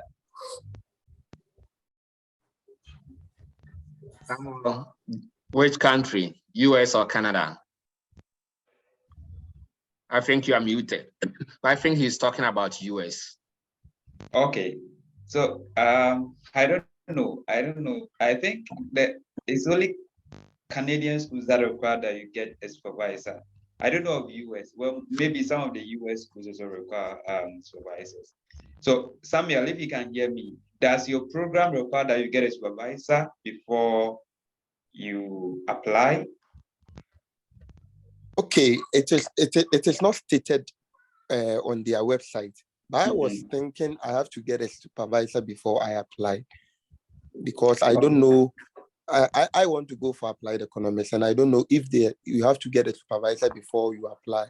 But most of the schools I email the professors, they are not responding to my email, except just one professor who told me point blank that in their school they don't do the recruitment themselves. It's the admission committee. That is the schools that do not require that you get a supervisor before you apply. You have to go through the admissions committee. I mean, submit your application for the admission committee to review. And then if you get accepted, then I think that's where you get to choose a supervisor. So, but then one thing I will say is that even though the professors are not replying, one thing you can do is to reach out to current students. I believe on the website, they have current students over there. Reach out to them to ask whether you require a supervisor before you apply. Or even if the coordinators, it's very easy to reach out to the coordinators. They are in charge of all the admission recruitment. So you can reach out to them and then ask all these questions, whether you require to get a supervisor before you apply. If it's not required, just apply. Don't wait for the professors to email you or reply your email. It might be that because that program does not require that you have a supervisor, that's why they are not replying. Right. So the reply will be the same thing for the first professor, that he has no power or hand in the admissions. Once you get admission, that is where you can choose him as your supervisor. So that is what I would say. Yeah, and just to add to what Frank has already said, it's the same. Even in Canada, most schools, especially for the research-based programs, you are not supposed to secure a supervisor before you apply. It happened to me, I didn't know. So for example, University of Alberta Chemistry, professors will tell you the same thing. And it is a rule. Professors are not to engage with prospective graduate students up until they are admitted. And even when you're admitted, like US use the rotation system, Canada, for example, once you're admitted, you'll be given the opportunity to go around, interview 4 or 5, they have a number, at least 4 or 5 supervisors before you even make your final decision on which research group. So when I was doing my national service, I sent a couple of emails to profs in University of Alberta. I didn't have any reply. I went ahead to apply though, because the U of A had that time, and I don't know if they still do, had a system where they call the pre-application. So they invite everybody to put in or submit your document. You wouldn't pay for anything. Then they screen. After, if you are selected, then they'll ask you to go ahead and do the official application. That's where you will pay. And in most cases, once you are selected, it means that you will be admitted. And I think the intent is to prevent people from wasting money when they know that they cannot admit them. So I wrote to a couple of profs. I didn't get a reply up until I had my admission. And then I had a reply from one of these profs that, hey, I know you have been admitted. You emailed me 5 months ago. Are you still interested to come talk to me when you join, when you come to Canada? And then, that was so. In most cases, if they don't state it on the admission website, it means you don't. And if you don't have to secure a supervisor before you apply, just go ahead and apply, because you are admitted by the department and not specific a professor. Yeah. Okay, thank you very much. Thank you. All right. Okay, let's come to, I think we had Gifty and then we come to Abdul. Gifty, please, if you can unmute yourself and ask your question. All right, thank you very much. Please, can you hear me? Yes, we can hear you, please. All right, thank you. I've really enjoyed the whole meeting, and I want to say thank you very much for putting together this whole thing. But my question is that I'm not in the STEM program, I'm in the social sciences.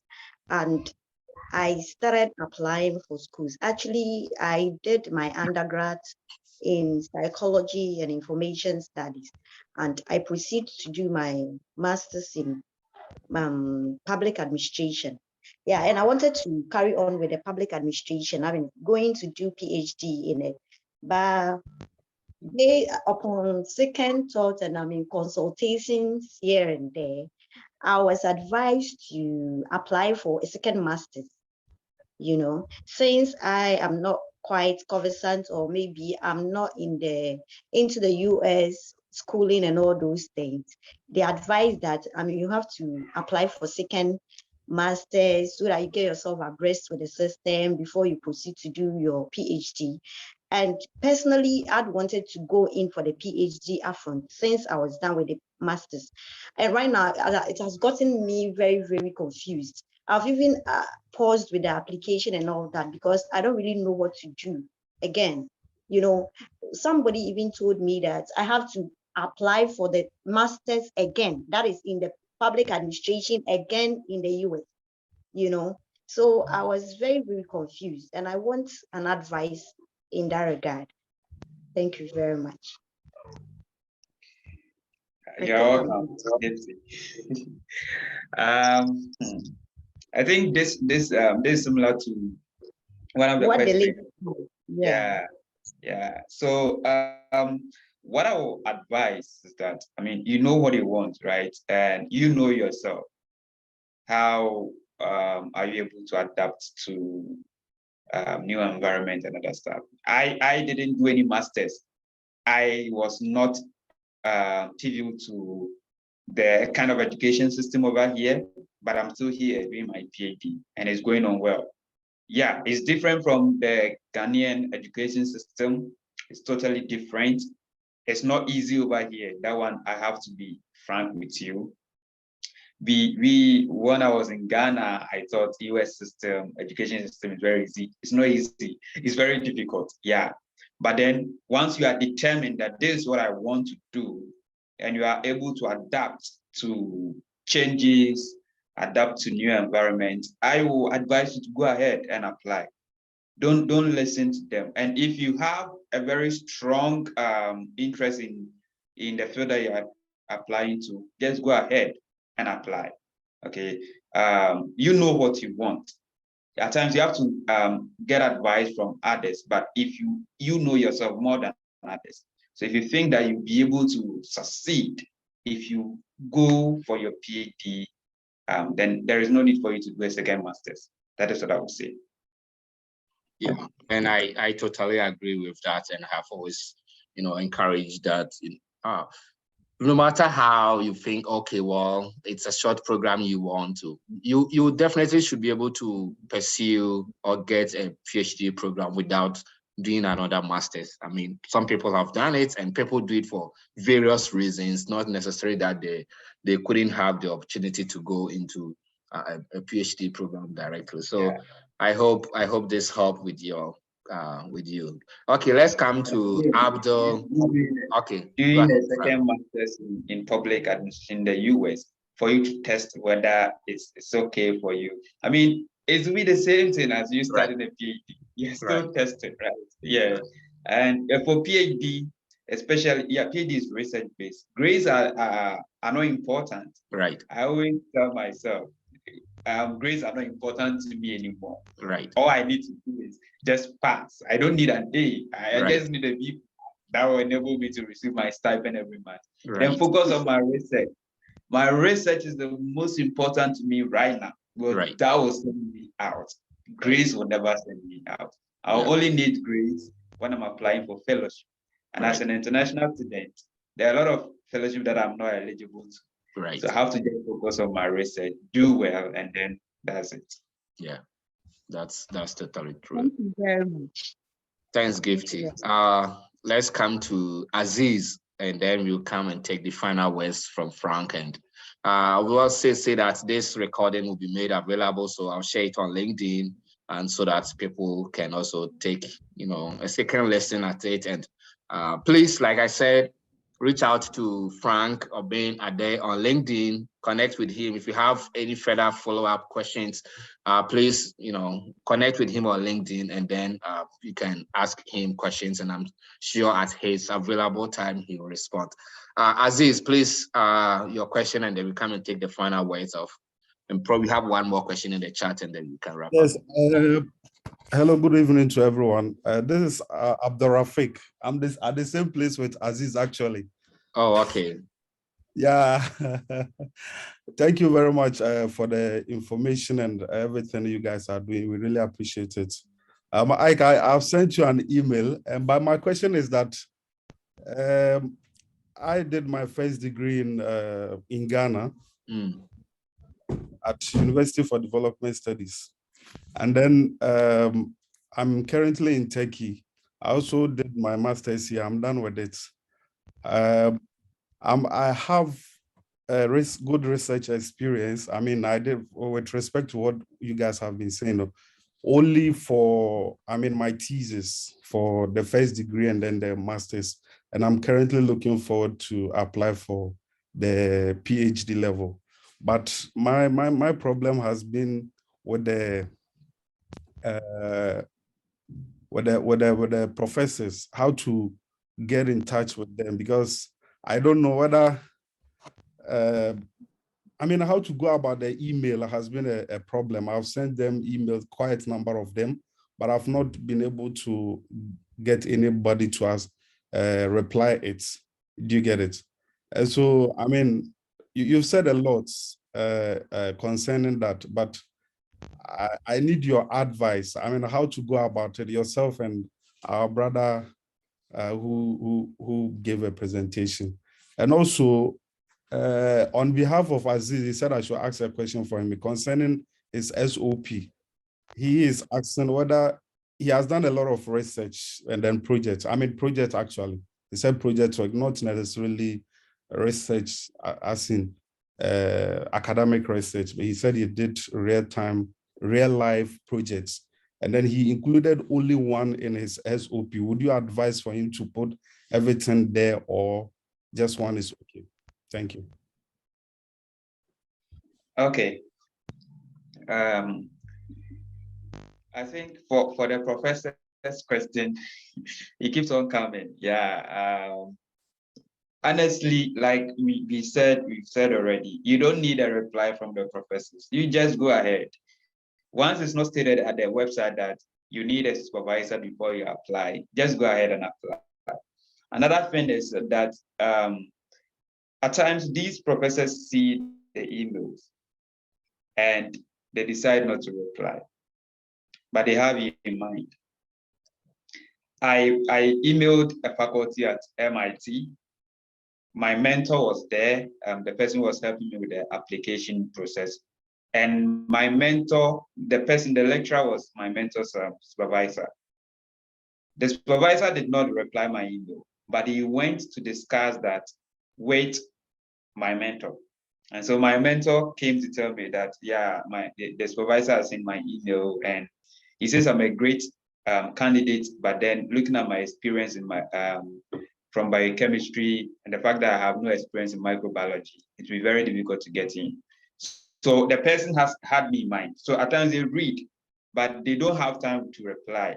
Just go ahead and apply, okay? And also, it depends on how you write the email. I had a presentation and one professor shared with me an email he received from a prospective student. And honestly, the person wrote it in such a way that I think it was appealing for, I've forgotten the right word to use. So the person said, I know I have poor grades, I know I have low experience, and I'm coming from this low background, blah, blah, blah, blah. And I know this email that I'm writing is not good, but I believe that if you give me the opportunity, you see, these just keeps them off. If you write such an email, there is no way the professor is going to reply.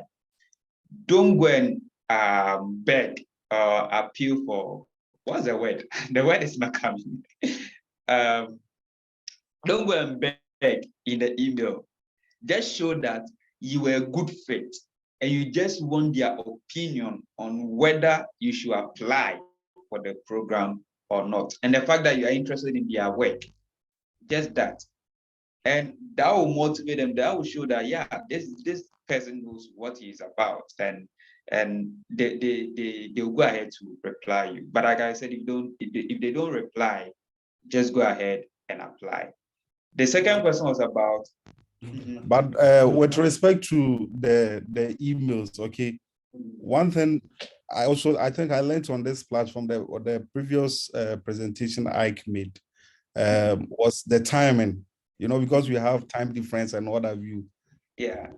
I have tried all that. I mean, I said to make sure that this time will be the time the professor will be at the office. And of course, this professors, most of them, the first thing they do when they get to the office is to check their emails.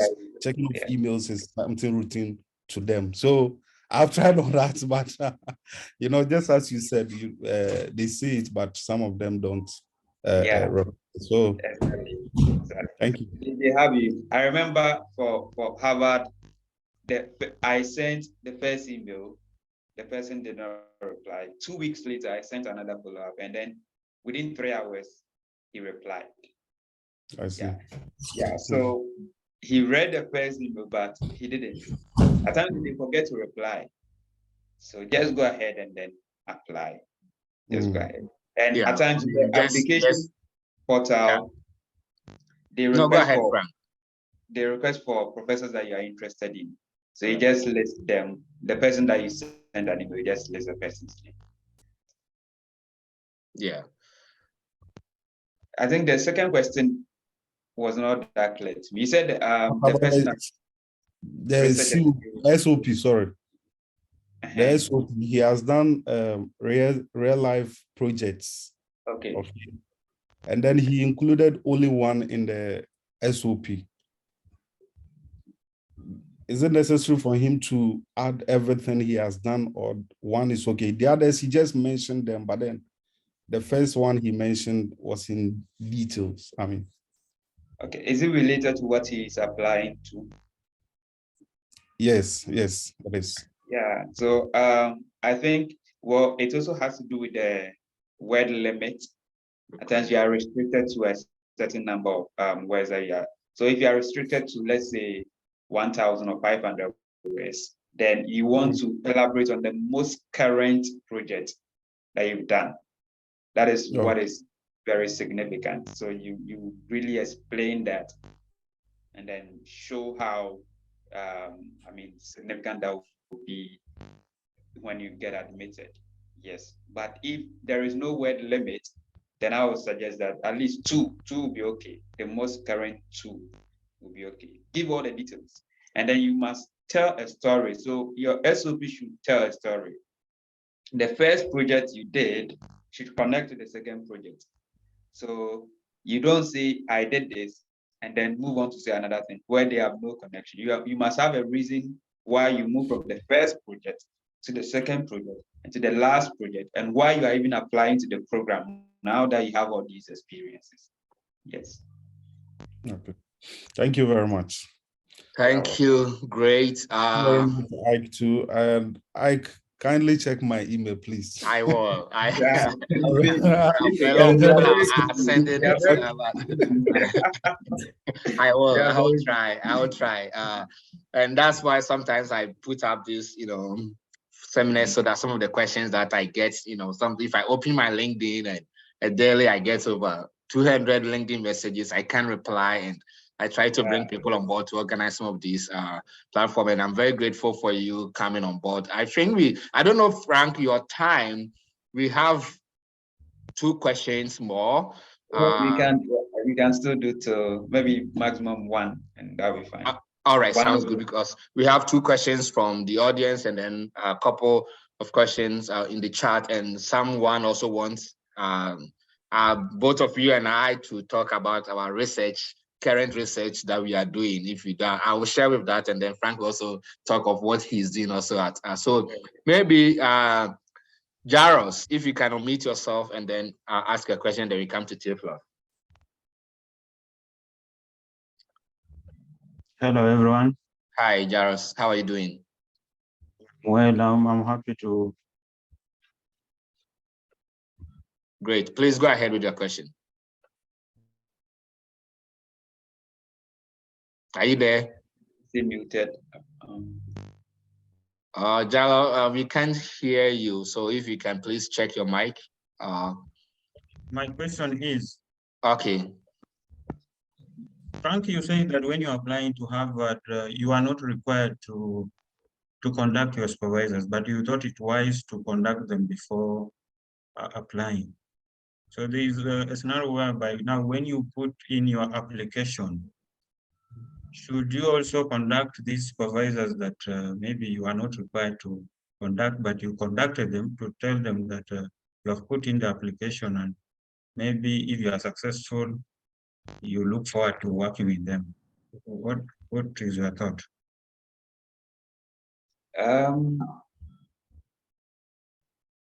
So if I had the question correctly, you want to apply, and then after applying, email the professor that you've applied, and then if you get in, you would like to work with them, right?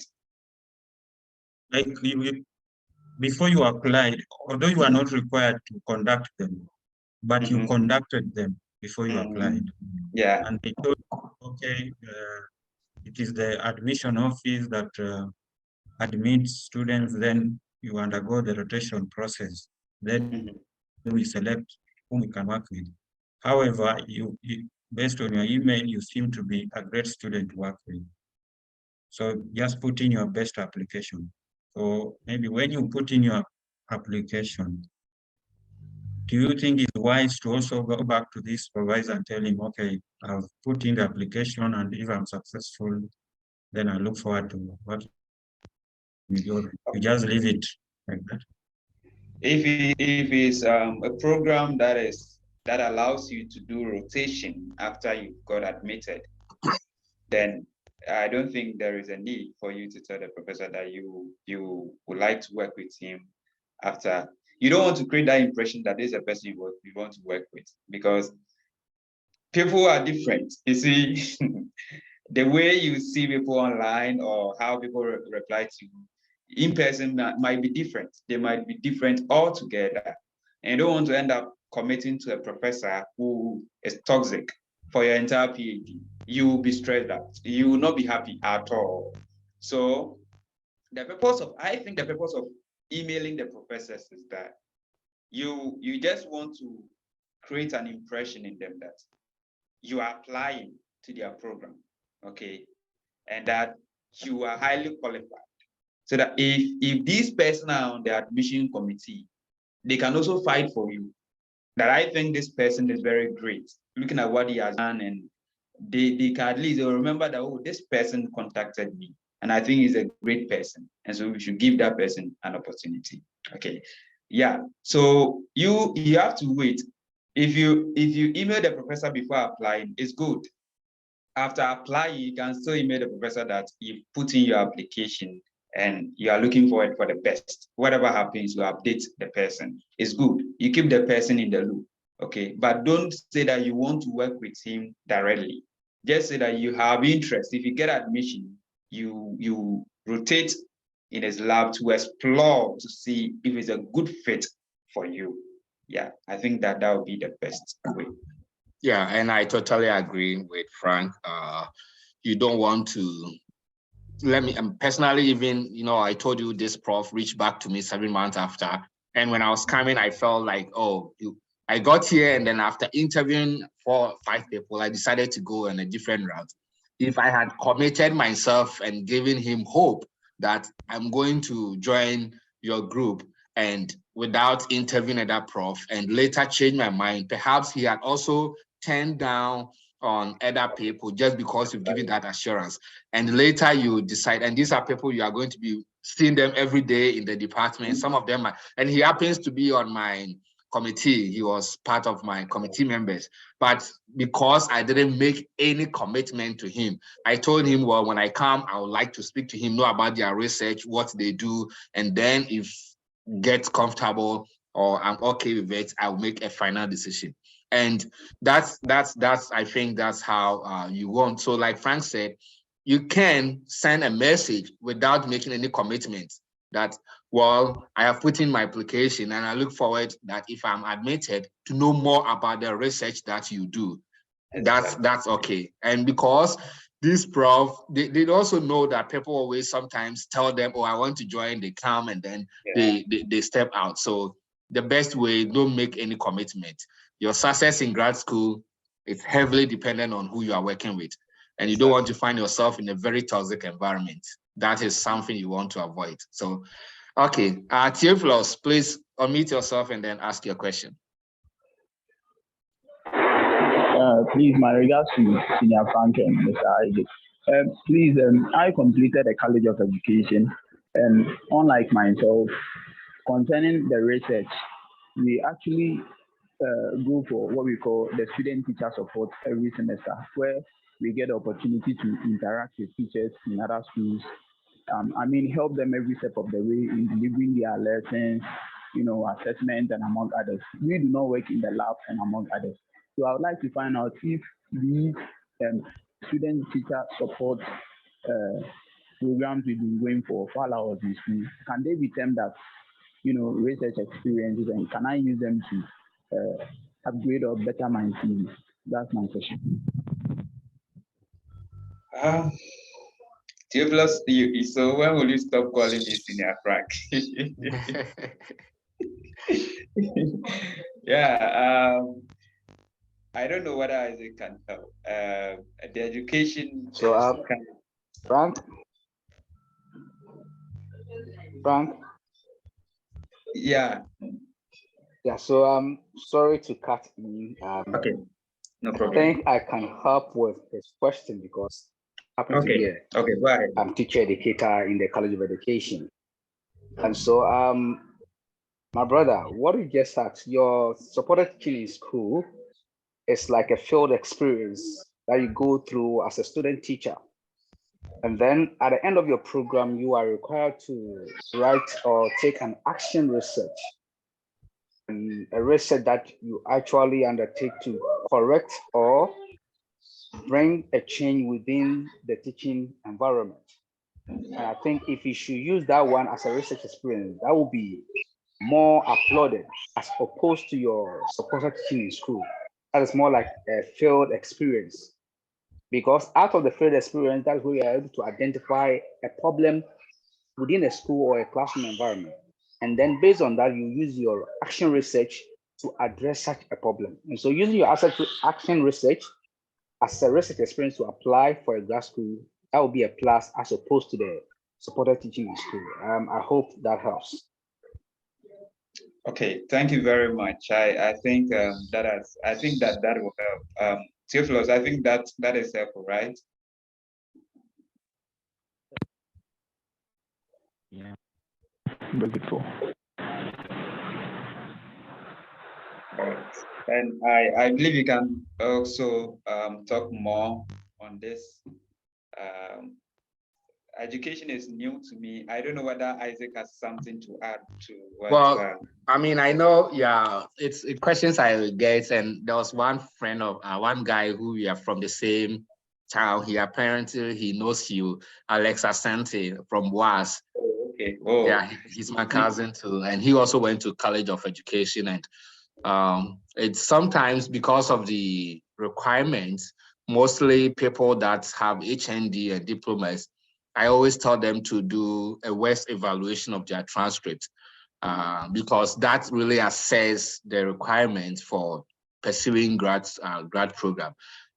With regards to research, whether field or whatever it is, if you're applying to educational program in the state and you meet the requirement after your transcript been assessed, you can use those ones as also research experience because that is basically that's how you guys do your research. But I think one of the hindrance has to do with the qualification for grad school.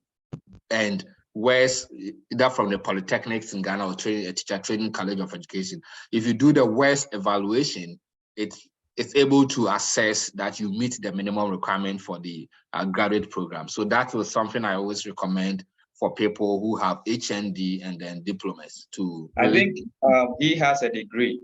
Oh, you have a degree. Part of the yeah. So teacher education now do the degree program. So okay, then that's perfect. You can include whatever field and work experience, your research experience in your statement of purpose. That's your field, and that's what you guys conduct and get experience with whatever you do. So yeah, that's great. Okay, so I think let's go to the last question in the chat. Someone wants to know that sometimes when you're applying, they have this question: have you or are you applying to other schools? And if yes, you list them. Will the selecting yes or no and also listing them affect your chances? This is a difficult question. The right answer is I don't know whether it will affect your chances, but I choose yes. Yeah, I choose yes. So, and then I listed a number of schools there. Yeah. I remember during my interview, one of my interviewers asked me, "Have you received any offer from the other schools?" Yeah. And I said, "No." And she was very surprised. I was like, "How?" Yeah. I said, "They've all rejected me." And I told her it's as a result of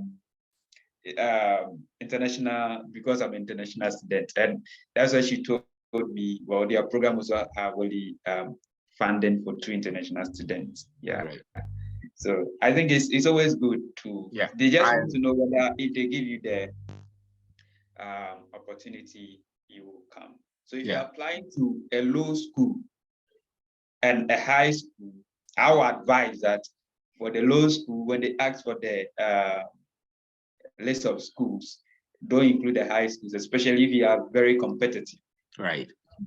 I believe that thing affected me a lot, because low schools know that someone who applies to, let's say someone who applies to Harvard, and they know that Harvard will accept that person or Yale will accept that person. And you apply to another school like University of Utah, they know that if they give you admission and Harvard also gives you admission, there is no way you are going to come to University of Utah. You are going to accept the Ivy League school. So in that case, they will not even waste time to give you the admission. So that also happens. Yeah.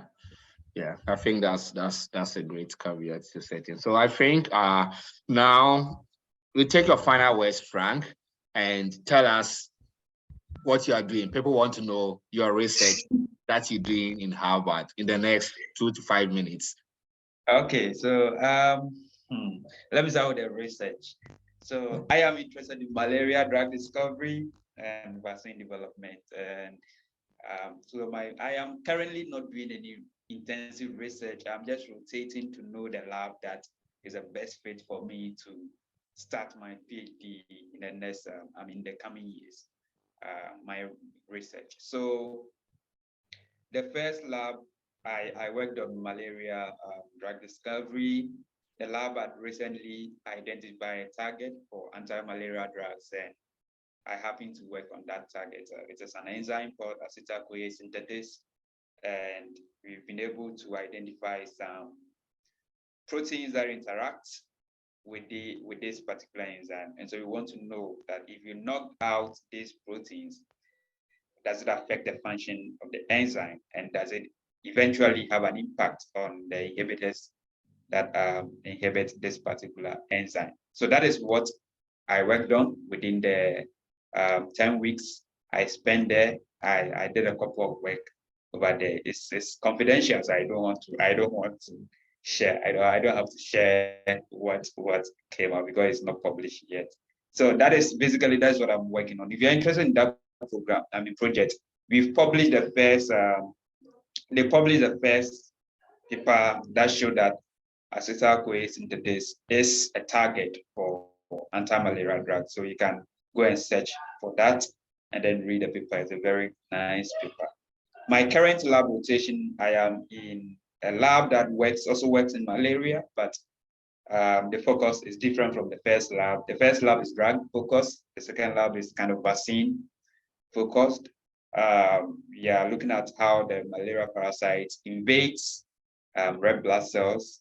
And now we are trying to develop a method to be able to identify ligands that are essential for the parasite to invade RBCs. So that's what I'm working on now. But the near future, I hope to do my third rotation in the genomics lab. That is new to me, but I really want to learn it and to make a final decision as to which lab I have to join for my research. Yeah. So I think my last words, or you finish with yours and then. Yeah, I mean, I'll probably chip in my little research that You are doing the research.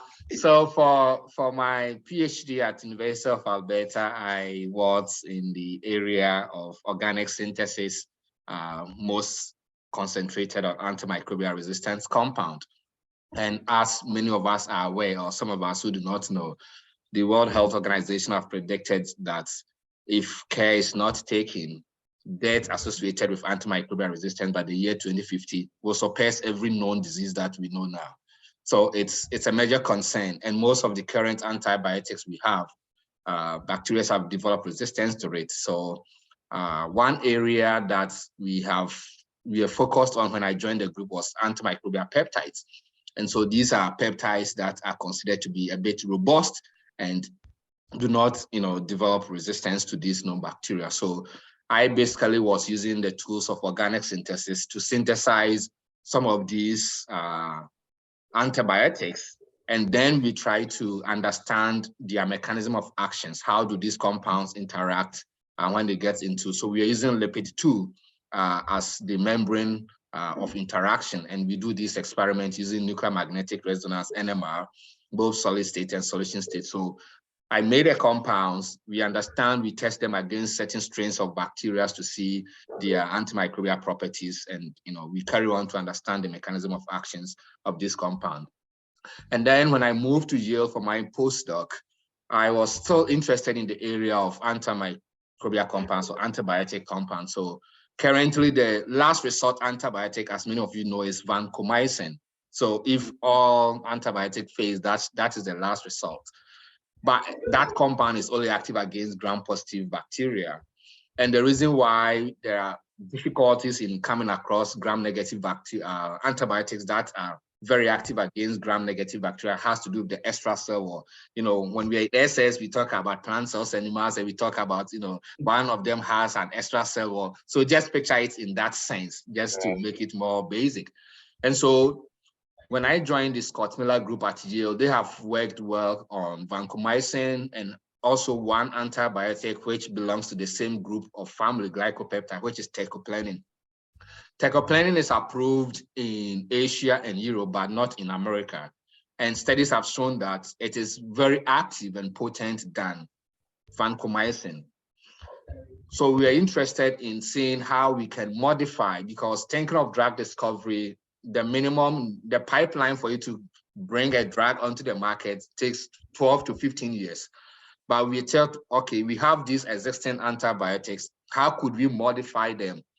So we are using the tools of organic synthesis and asymmetric catalysis to use our in-house generated catalyst that can do some modification of this compound. So if I take a particular organic compound, there are many functionalities that attribute to their performance. So we targeted one functional group, develop a catalyst that can modify it to get new analogs of it. So we are just trying to play around with how this compound, we are not making entirely new compound from the scratch, but we take the already existing compound that have some, resistance and see if we modify this functional group, is it going to increase the potency or is it going to affect the potency? In that way, it tells us, it also gives us a very good insight into how each of these functional groups helps in the mechanism of action. So that is the work I did for Yale. I cannot also, we finished the manuscript. We are ready to submit it to Science. Yesterday, I even had a discussion with my postdoc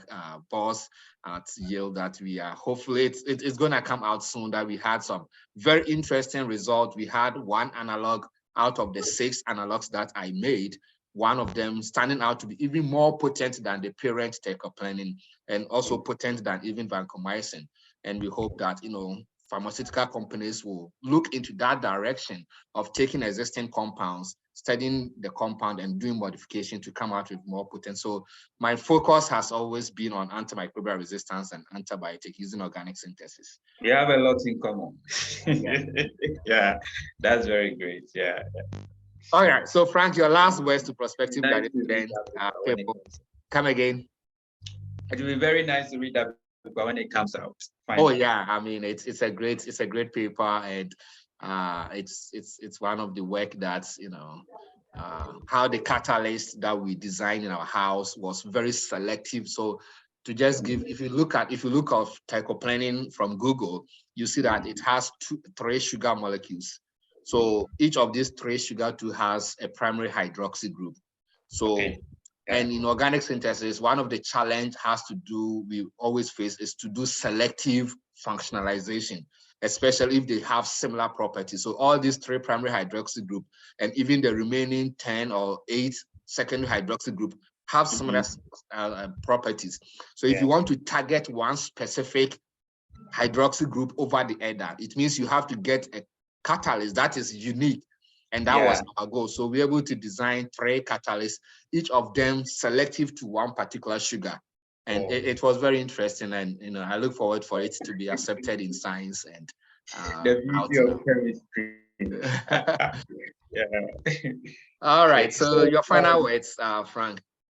Yeah, it's been a great pleasure to be on this platform. I want to thank you so much for this opportunity to share my story and to also address some of the concerns of the prospective students. What I would say is that don't be afraid of applying to Ivy League schools. Don't be afraid. Just do your best, put in the application.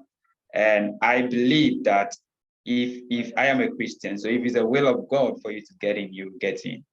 And then again, all that you've said are very important. I believe that if you take all these into consideration and you incorporate in your application, it will help you very well, and you get a chance to pursue your dream of becoming a PhD student in either the US or Canada or anywhere in the world that you want to go to. Another advice I'll give is that don't just focus on reaching out to professors. It's very helpful to reach out to students, current students over there. Reach out to them to ask for advice on how to write your SOP, how to write or get a PhD CV, because a CV for PhD application is different from your normal CV. I remember I had a 10-page CV, and when I sent it for review, I had to be reduced to 3-page. There were a lot of things that needed to be out because they were not relevant for the PhD application. So take all these into consideration and do your best. I think that you'll be able to achieve whatever you want to achieve. If someone like me, I always say this, if someone like me from Dunkornofin, central region of Ghana, with that salary of less than 500 cedis, if I've been able to make it to Harvard, doing my PhD, then anything is possible for you. Just keep on pursuing your dream, work towards it, work hard towards it. And one day you just look back and then smile and say that, yes, you've made it. So I wish everyone all the best. And I believe one day we'll meet at the top. Thank you once again, Franz. And on behalf of Career Enhancement Forum and to my prospective graduate students, we want to thank you for coming on out of your busy schedule to share with us your academic journey and also to provide some answers to some of the questions. And we look forward that, in the coming year, we have a lot of people joining you in Harvard and other schools and also bringing them on board to share with us the experience. Our goal is that we want to help as many as we can who have the desire to pursue graduate studies and to mentor them. And I also want to say that I'll add you on our mentorship forum. We have a forum now with over 700 prospective graduate students who are on a WhatsApp and a Telegram. I'm going to add you on that. So people ask questions and, we try to answer them as much as possible. We also share, scholarship opportunities, graduate school opportunities on that forum. And these are for international graduate students. And I think majority of us on the platform are from Africa. So I'm going to please add you on that, and you can also guide us through. And we thank you. And I wish you the very best of luck with your PhD program. And I have no doubt to believe that you are going to excel and make Ghana and the entire Africa. Yeah, go ahead. Please, the Telegram platform, what's the name of it so that we could search and there? It's Career Enhancement Forum. If you're on the WhatsApp platform too, but I used to share it on LinkedIn too. I'll still post it on, but it's Career Enhancement Forum. You can add it and I'll share the link too on LinkedIn and you can join. We currently have over 700 people, both on the WhatsApp and the Telegram. Before I go, let me acknowledge one special person who has been on the call since the beginning. My fiancée, Ekua Atajan. She used my link to join, my Zoom link to join. So the name is Franco Biande. You can see a lot of Franco Biande on. I can see that. Yeah. So he's one of them. I'd like to appreciate her so much. Thank you so much, Ekua, for joining me to motivate me on this platform. I really appreciate that. And I hope that one day you also achieve your dreams of coming here. Yeah, God bless you so much. God bless you. And to the audience, God bless you. Thanks for coming up. And remember, we win together, we stay motivated, and then until we all win, no one has ever won. Take care and have a blessed weekend. And thanks, Frank, for coming on board. All right. Bye. Bye.